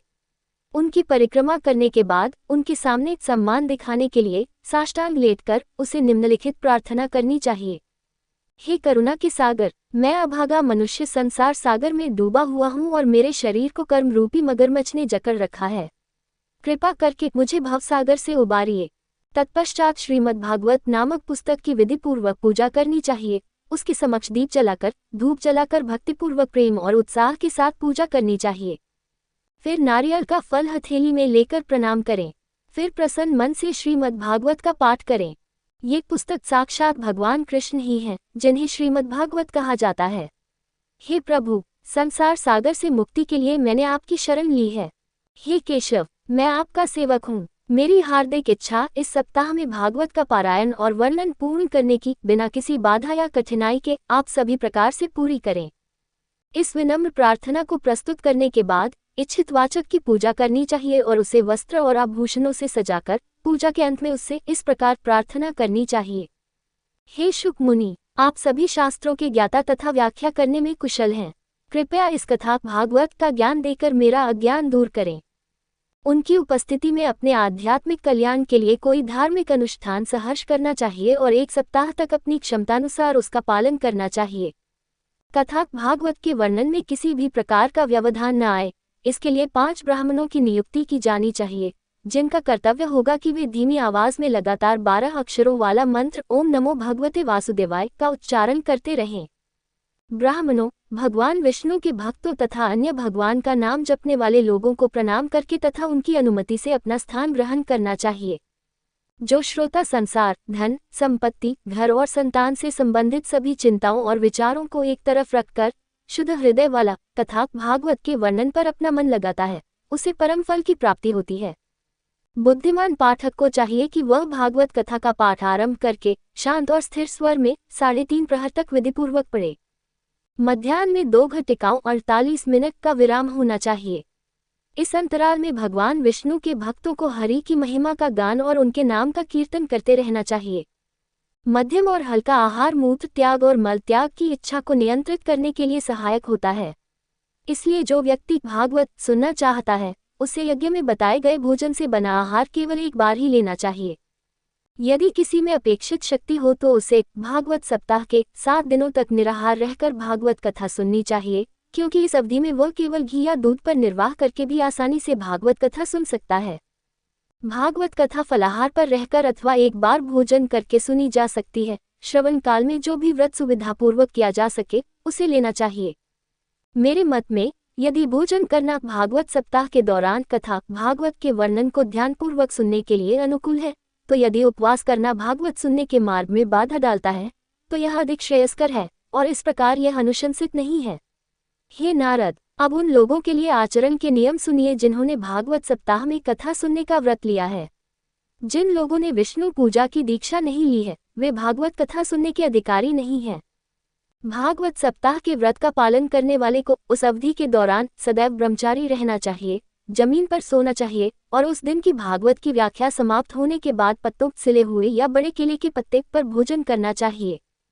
इस व्रत के पालनकर्ता को दाल, शहद, तेल, अपचने योग्य मीठा उबला हुआ भोजन या मीठे व्यंजन, मानसिक रूप से बुरी संगति वाले भोजन, मांसल गुठली या रक्त लाल अंदरूनी भाग वाले फल और बासी भोजन भागवत सप्ताह के दौरान खाने से बचना चाहिए। इस व्रत के पालनकर्ता को बैंगन, पक्षियों या विषैले हथियार से मारे गए जानवरों का मांस, जला हुआ भोजन, मसूर नामक एक प्रकार की दाल, कोवाच, निष्पाव या शुकशिम्बी और मांस नहीं खाना चाहिए। भागवत सप्ताह के व्रत के पालनकर्ता को प्याज, लहसुन, हींग, गाजर, लहसुन की एक लाल किस्म, क्रंजन, कमल के डंठल, बीट के समान लाल रंग की बलबनुमा जड़ें, कूष्मांड एक प्रकार का कद्दू खाना छोड़ देना चाहिए। इन व्रतों के पालनकर्ताओं को 2 बार पका हुआ भोजन, अशुद्ध भोजन, परिवार में बच्चे के जन्म आदि के कारण मछली, मांस, बकरी का दूध और तालाब के पानी से परहेज करना चाहिए। उपर्युक्त व्रत का पालन करने वाले को काम, क्रोध, अहंकार, दंभ, ईर्ष्या, लोभ, कपट, मोह और घृणा का त्याग अर्थात पुनर्तः नियंत्रण करना चाहिए। उपर्युक्त व्रत का पालन करने वाले को वेदों, विष्णु के भक्तों, ब्राह्मणों, गुरुओं, गौ सेवकों, स्त्रियों, राजाओं और महापुरुषों की निंदा करने से बचना चाहिए। उपर्युक्त व्रत करने वाले को रजस्वला स्त्री, नीची जाति के व्यक्ति, मलेच्छ, गोमांस खाने वाले, विदेशी, जाति से वंचित और पतित व्यक्ति, उच्च जाति के व्यक्ति जिनका जनेऊ संस्कार न हुआ हो, ब्राह्मणों के शत्रु तथा वैदिक धर्म से इतर व्यक्ति से बात नहीं करनी चाहिए। व्रत करने वाले को सत्य, पवित्रता, शारीरिक और मानसिक दया, मौन, सरलता, विनम्रता और उदार मन का पालन करना चाहिए। दरिद्र, क्षयरोगी, रोगी, भाग्यहीन, पापी, पुत्रहीन तथा मोक्ष की इच्छा रखने वाले इन सभी को भी भागवत कथा सुननी चाहिए। समय से पहले रजस्वला न होने वाली स्त्री, एक से अधिक संतान उत्पन्न करने में असमर्थ स्त्री, बांझ स्त्री, जिसके सभी बच्चे मर गए हों तथा जिसका गर्भपात हो गया हो, ऐसी सभी स्त्रियों को भागवत कथा सुनने का विशेष प्रयास करना चाहिए। यदि उपर्युक्त विधि से भागवत कथा सुनी जाए तो उसे अक्षय फल की प्राप्ति होती है। भागवत की यह उत्तम दिव्य कथा करोड़ यज्ञों का फल देने वाली है। भागवत सप्ताह के इस व्रत की विधि आचरण के नियमों सहित का पालन करके, विशिष्ट अनुष्ठान करके इसका समापन करना चाहिए। जो लोग इस भागवत सप्ताह का फल पाने के इच्छुक हैं, उन्हें जन्माष्टमी व्रत के समापन के समय किए जाने वाले समापन अनुष्ठानों का पालन करना चाहिए। भगवान के उन भक्तों के लिए भागवत सप्ताह के समापन अनुष्ठान करने पर सामान्यतः कोई जोर नहीं दिया जाता जिनके पास अपना कुछ भी नहीं होता। चूंकि भगवान विष्णु के भक्त इच्छाओं से परे होते हैं, इसलिए वे केवल भागवत सुनने से ही शुद्ध हो जाते हैं। जब भागवत सप्ताह रूपी यज्ञ पूर्ण हो जाए तो श्रोतागण को चाहिए कि वे अत्यंत भक्तिभाव से भागवत ग्रंथ तथा उसके वाचक की पूजा करें। तत्पश्चात भगवान को अर्पित किए गए बचे हुए भोजन, तुलसी की मालाएं श्रोताओं में वितरित करनी चाहिए तथा ढोल, मृदंग और झांझ जैसे वाद्यों के साथ कीर्तन, हरि की महिमा का गान और उनका नाम जपना आरंभ करना चाहिए। हरि की जय हो, हरि को प्रणाम करें, इस प्रकार के जयघोष तथा शंखनाद बार बार करने चाहिए। ब्राह्मणों, भिक्षुकों तथा भिखारियों को धन तथा भोजन वितरित करना चाहिए। यदि मुख्य श्रोता संसार त्याग चुका हो तो अगले दिन भगवद गीता का पाठ करना चाहिए। यदि वह गृहस्थ हो तो भागवत सप्ताह के दौरान किए गए पापों के प्रायश्चित के लिए यज्ञ अग्नि में आहुति डालनी चाहिए। भागवत के दशम स्कंध के प्रत्येक श्लोक का पाठ करते हुए दूध में उबाले हुए चावल, शहद, घी, तिल और अन्न से मिश्रित आहुति प्रत्येक श्लोक के अनुसार पवित्र अग्नि में अर्पित करनी चाहिए। अथवा चूंकि परम भागवत पुराण मूलतः गायत्री के समान है, अतः एकाग्र मन से गायत्री मंत्र का उच्चारण करते हुए उसी प्रकार की आहुति देनी चाहिए। यदि कोई व्यक्ति ऊपर वर्णित होम करने में असमर्थ हो तो बुद्धिमान व्यक्ति को चाहिए कि वह हवन के लिए उपयुक्त सामग्री दान करे जिससे उसका फल मिलता है। विभिन्न त्रुटियों जैसे पाठ में कठिनाइयां और दोष को दूर करने के लिए तथा भागवत के पाठ को अनावश्यक रूप से छोड़ देने या जोड़ देने से हुई चूकों को सुधारने और निष्प्रभावी करने के लिए उसे विष्णु सहस्रनाम, विष्णु के 1000 नामों की सूची का पाठ करना चाहिए। विष्णु के नाम के पाठ से सब कुछ फलदायी हो जाता है और विष्णु के नाम से अधिक शक्तिशाली कुछ भी नहीं है। इसके बाद उसे 12 ब्राह्मणों को मीठे व्यंजन तथा दूध और चीनी में उबले चावल का भोजन कराना चाहिए। तत्पश्चात उन्हें व्रत की पूर्णता के लिए सोना और एक गाय भेंट करनी चाहिए। यदि वह इतना दे सके तो उसे 3 पल वजन का एक सिंह स्वर्ण बनवाना चाहिए। सुंदर हस्त से लिखी हुई पुस्तक भागवत उस पर रखनी चाहिए। देवता का आवाहन करके पुस्तक की पूजा करनी चाहिए तथा धन दान सहित अन्य औपचारिकताएं कुल 16 करके वस्त्र, आभूषण, चंदन आदि भेंट करके संयमी वक्ता भागवत को देना चाहिए। इस प्रकार मुख्य श्रोता संसार के बंधनों से मुक्त हो जाता है। जब मुख्य श्रोता ये सब विधि भागवत सप्ताह में भागवत का पाठ सुनने की पूरी कर लेता है, जो सभी पापों को दूर करती है और उनका नाश करती है, तब श्रीमद्भागवत पुराण शुभ फल प्रदान करता है। इसमें कोई संदेह नहीं है कि यह मानव जीवन में 4 उद्देश्यों को प्राप्त करने का साधन है, अर्थात धार्मिक गुण, सांसारिक समृद्धि, सभी इच्छाओं की पूर्ति और संसार से मुक्ति। कुमार ऋषियों ने कहा, इस प्रकार सब कुछ तुम्हें बता दिया गया है, अब तुम और क्या सुनना चाहते हो? सांसारिक सुखों का आनंद तथा संसार से मुक्ति दोनों ही श्रीमद्भागवत के माध्यम से तुम्हारी हथेली पर हैं। सूत जी ने कहा, इस प्रकार नारद जी से कहकर महामना कुमारों ने समस्त पापों को नष्ट करने वाली, इहलोक में भोग और परलोक में मोक्ष प्रदान करने वाली भागवत की कथा को विधिपूर्वक सुनाया तथा सब प्राणियों को संयमपूर्वक सुनते हुए 7 दिन तक सुनाया। इस प्रकार उन्होंने परम पुरुष भगवान विष्णु की स्तुति की। उस भागवत सप्ताह के अंत में ज्ञान, वैराग्य और भक्ति को सर्वोच्च पोषण और ऊर्जा मिली तथा उनमें प्रचुर यौवन दिखा, जिसने सभी प्राणियों के मनों को मोहित कर दिया। अपनी मनोवांछित अभिलाषा पूरी होने पर नारद जी बहुत संतुष्ट हो गए। वे परम आनंद से भर गए और उनके रोंगटे खड़े हो गए। भागवत कथा को ध्यानपूर्वक सुनकर भगवान के प्रिय नारद जी ने हाथ जोड़कर प्रेम से रुधे हुए स्वर में उनसे कहा। नारद ने कहा, मैं सचमुच धन्य हूँ, क्योंकि मुझ पर आपकी कृपा हुई है, क्योंकि आप अत्यंत दयालु हैं। आज समस्त पापों का नाश करने वाले यशस्वी भगवान हरि मुझे प्राप्त हुए हैं। हे ऋषियों, तुम जो तपस्या को अपना धन मानते हो, मैं मानता हूँ कि भागवत का श्रवण अन्य सभी धार्मिक मार्गों से बढ़कर तथा श्रेष्ठ है, क्योंकि इसके श्रवण से वैकुंठ में निवास करने वाले भगवान कृष्ण प्राप्त होते हैं। सूत जी ने कहा, जब भगवान विष्णु के भक्तों में श्रेष्ठ नारद जी इस प्रकार बोल रहे थे, तभी भ्रमण करते हुए महायोगी शुक वहां आ पहुंचे। भागवत कथा के अंत में शुकदेव आए और अत्यंत प्रेमपूर्वक धीरे धीरे भागवत कथा सुनाते हुए बोले, वे व्यासपुत्र शुकदेव हैं, जिनकी अवस्था सदैव 16 वर्ष की प्रतीत होती है, जो ज्ञानरूपी सागर में चंद्रमा के समान है और जो आत्म साक्षात्कार से पूर्णतया संतुष्ट हैं। जैसे ही सभा के सदस्यों ने अत्यंत तेजस्वी शुकदेव को देखा, वे तुरंत उठ खड़े हुए और उन्हें सर्वोच्च आसन प्रदान किया। देवऋषि नारद ने बड़े प्रेम और आदर के साथ उनका स्वागत किया। जब वे सुखपूर्वक बैठ गए तो उन्होंने अपनी बात कही। उनकी शुद्ध दोषरहित वाणी सुनो। श्री शुक ने कहा, ये भागवत पुराण वेदरूपी कल्पवृक्ष का पका हुआ फल है, जो शुक मुनि के मुख से तोते के मुख से निकला है, जो अमृतरस अर्थात परम आनंद से परिपूर्ण है। हे सौंदर्य के चाहने वालों, हे भागवत पुराण के विशिष्ट गुणों के पारखी, तुम लोग इस भागवत का, जो पुनर्तः मधुर रस है, यहाँ तथा परम आनंद की अवस्था में निरंतर पान करते हो। महर्षि द्वारा रचित इस सुप्रसिद्ध भागवत में धर्म का सर्वोच्च मार्ग बताया गया है, जो संसार की रुचि तथा मोक्ष की इच्छा से सर्वथा मुक्त है। यहाँ जानने योग्य वस्तु परम सत्य है। ये परम आनंद प्रदान करने वाली है तथा 3 प्रकार के दुखों का नाश करने वाली है। क्या अन्य ग्रंथों के उपदेश से परमेश्वर का साक्षात्कार तुरंत ही हृदय में हो सकता है? नहीं, किंतु इस भागवत में जो लोग इसे सुनने तथा अध्ययन करने की इच्छा रखते हैं, वे उन्हें तुरंत ही समझ सकते हैं। श्रीमद्भागवत पुराणों का सबसे अलंकार है। ये भगवान विष्णु के भक्तों का वास्तविक धन है। इसमें परम शुद्ध ज्ञान की महिमा है, जो परमहंसों का लक्ष्य है। इसमें ज्ञान, त्याग और भक्ति के साथ कर्मों के निरोध का वर्णन है।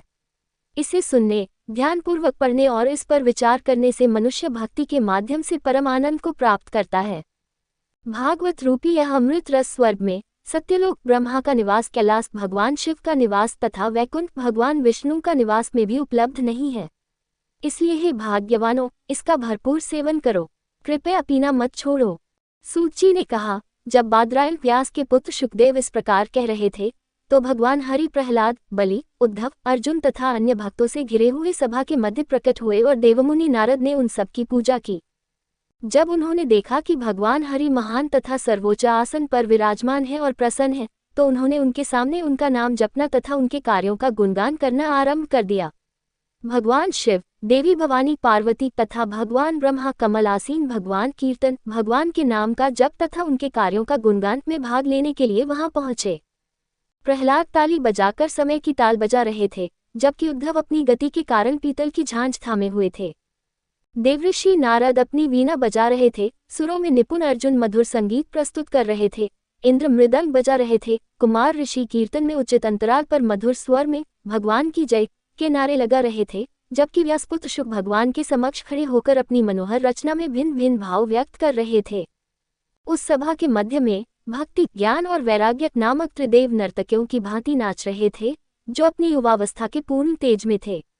इस असाधारण दिव्य कीर्तन को देखकर भगवान हरि भी अत्यंत प्रसन्न हुए और उनसे इस प्रकार बोले, हे मेरे भक्तों, भागवत स्माइली फेस, मैं अब भागवत के पारायण, कथा तथा अपने नाम के कीर्तन और महिमा से अत्यंत प्रसन्न हूँ। मुझसे कोई वर मांगिए। हरि के ये वचन सुनकर वे अत्यंत प्रसन्न हुए और उनके मन भक्ति प्रेम से अभिभूत होकर वे भगवान हरि से बोले, आप हमारी इस हार्दिक इच्छा को पूर्ण करें कि आप भविष्य में होने वाले भागवत के सभी पाठों और व्याख्यानों में अपने सभी भक्तों के साथ अवश्य उपस्थित रहें। उनकी प्रार्थना स्वीकार करते हुए ऐसा ही हो शब्दों में भगवान हरि तत्क्षण अंतर्धान हो गए। तब नारद जी ने श्रीहरि के चरणों में तथा शुकदेव तथा अन्य तपस्वियों को प्रणाम किया। भागवत की अमृतमय कथा का पान करने वाले सभी श्रोतागण अत्यंत प्रसन्न हुए, उनके सारे मोह दूर हो गए और वे सभा से चले गए। तब शुक ने भक्ति को उसके पुत्रों, ज्ञान और वैराग्य सहित अपने शास्त्र भागवत में स्थापित किया। अतः जब भक्तगण भागवत का पाठ करते हैं, तो हरि उनके हृदय में अवश्य प्रवेश करते हैं और उस पर कब्जा कर लेते हैं। वस्तुतः भागवत अपनी शक्ति की ऊंचे स्वर में घोषणा करता है कि वह उन लोगों को शाश्वत सुख प्रदान करने में समर्थ है जो दरिद्रता और दुख की ज्वर से पीड़ित हैं, जो राक्षसी माया भगवान की मोहिनी शक्ति के पैरों तले कुचले जा रहे हैं तथा जो इस जन्म मृत्यु के चक्र में फंसे हुए हैं। शौनक ने पूछा, कृपया मेरे इस संदेह का समाधान करने की कृपा करें कि भागवत कथा सुखदेव ने राजा परीक्षित को कब सुनाई थी, गोकर्ण ने कब पुनः सुनाई थी तथा सनत कुमार तथा ब्रह्मा के अन्य पुत्रों ने नारद जी को कब सुनाई थी। जब कृष्ण के देहत्याग के बाद कलियुग के 30 वर्ष व्यतीत हो गए, तब सुखदेव ने भाद्रपद की 9वीं तिथि से भागवत की कथा सुनाना प्रारंभ किया। कलियुग की 2 शताब्दियों के पश्चात परीक्षित द्वारा भागवत श्रवण पूर्ण करने के पश्चात आषाढ़ मास की शुक्ल पक्ष की 9वीं तिथि से गोकर्ण ने भागवत कथा का वाचन प्रारंभ किया। जब कलियुग के 30 वर्ष बीत गए, गोकर्ण द्वारा भागवत की व्याख्या करने के बाद तब ब्रह्माजी के पुत्रों अर्थात सनत कुमार, सनक आदि ने कार्तिक शुक्ल पक्ष की 9वीं तिथि से भागवत का पूर्वोक्त पाठ तथा व्याख्या प्रारंभ किया। इस प्रकार तुमने मुझसे जो कुछ पूछा है वह तुम्हें पूर्ण रूप से बता दिया गया है। हे पापरहित शौनक, भागवत की कथा कलियुग में संसार रूपी रोग की रामबाण औषधि है। हे साधु पुरुषों, इस अमृत रूपी कथा भागवत को भक्तिपूर्वक पान करो, जो कृष्ण को अत्यंत प्रिय है, जो समस्त पापों और दोषों का नाश करने वाली है, जो संसार से मुक्ति का एकमात्र साधन है तथा जो भक्ति की सुंदरता को प्रदर्शित करती है। तीर्थों में जाकर रहने से तुम्हें क्या लाभ होगा? परंपरागत रूप से कहा जाता है कि अपने अधिकारी को हाथ में पाश लेकर पृथ्वी पर मनुष्य के प्राण लेने के लिए तैयार देखकर यम मृत्यु के देवता उसके कान में फुसफुसाते हैं, उन लोगों से दूर रहो जो भगवान की कथाओं के आनंद में मदमस्त हैं, क्योंकि मैं भगवान विष्णु के भक्तों पर अधिकार जताने के लिए सक्षम नहीं हूँ, बल्कि अन्य व्यक्तियों पर मेरा ही प्रभुत्व है। हे इस असार संसार में विश्वरूपी सांसारिक भोगों में आसक्ति से ग्रसित मन वाले लोगों, अपने आध्यात्मिक कल्याण के लिए कम से कम आधे क्षण तक भागवत शुक की कथा का अतुलनीय अमृत अवश्य पीजिए। अरे तुम लोग व्यर्थ ही निंदायुक्त गलत विधर्मी मार्ग पर क्यों जा रहे हो? राजा परीक्षित इस कथन की गवाही देंगे कि भागवत की कथा सुनते ही संसार से मुक्ति मिल जाती है। भागवत कथा श्री शुक जी ने भक्ति रस के प्रवाह में डूबकर कही थी। जो मनुष्य उस कथा को अपने वाणी से जोड़ता है अर्थात सुनाता है, वह भगवान हरि में लीन होकर वैकुंठ का स्वामी बन जाता है। शास्त्रों के विशाल संग्रह का गहन अध्ययन करने के पश्चात ये परम पवित्र गूढ़ सत्य, जो सभी सुप्रतिष्ठित ग्रंथों में यथार्थ रूप में विद्यमान है, तुम्हें सुनाया गया है। भागवत से अधिक पवित्र कुछ भी नहीं है। परम आनंद की प्राप्ति के लिए भागवत के 12 स्कंदों का अमृत सार अवश्य पिए। जो मनुष्य भक्तिपूर्वक नियमित रूप से भागवत कथा सुनता है तथा जो भगवान विष्णु के शुद्ध भक्तों के समक्ष उसे सुनाता है, वे दोनों ही भागवत कथा के श्रवण तथा श्रवण का वास्तविक फल अर्थात मोक्ष प्राप्त करते हैं, क्योंकि इस संसार में ऐसी कोई वस्तु नहीं है जो उनके लिए दुर्गम हो। अगली वीडियो देखने के लिए आप चैनल सब्सक्राइब जरूर करें और लाइक करें और कमेंट करें। जय श्री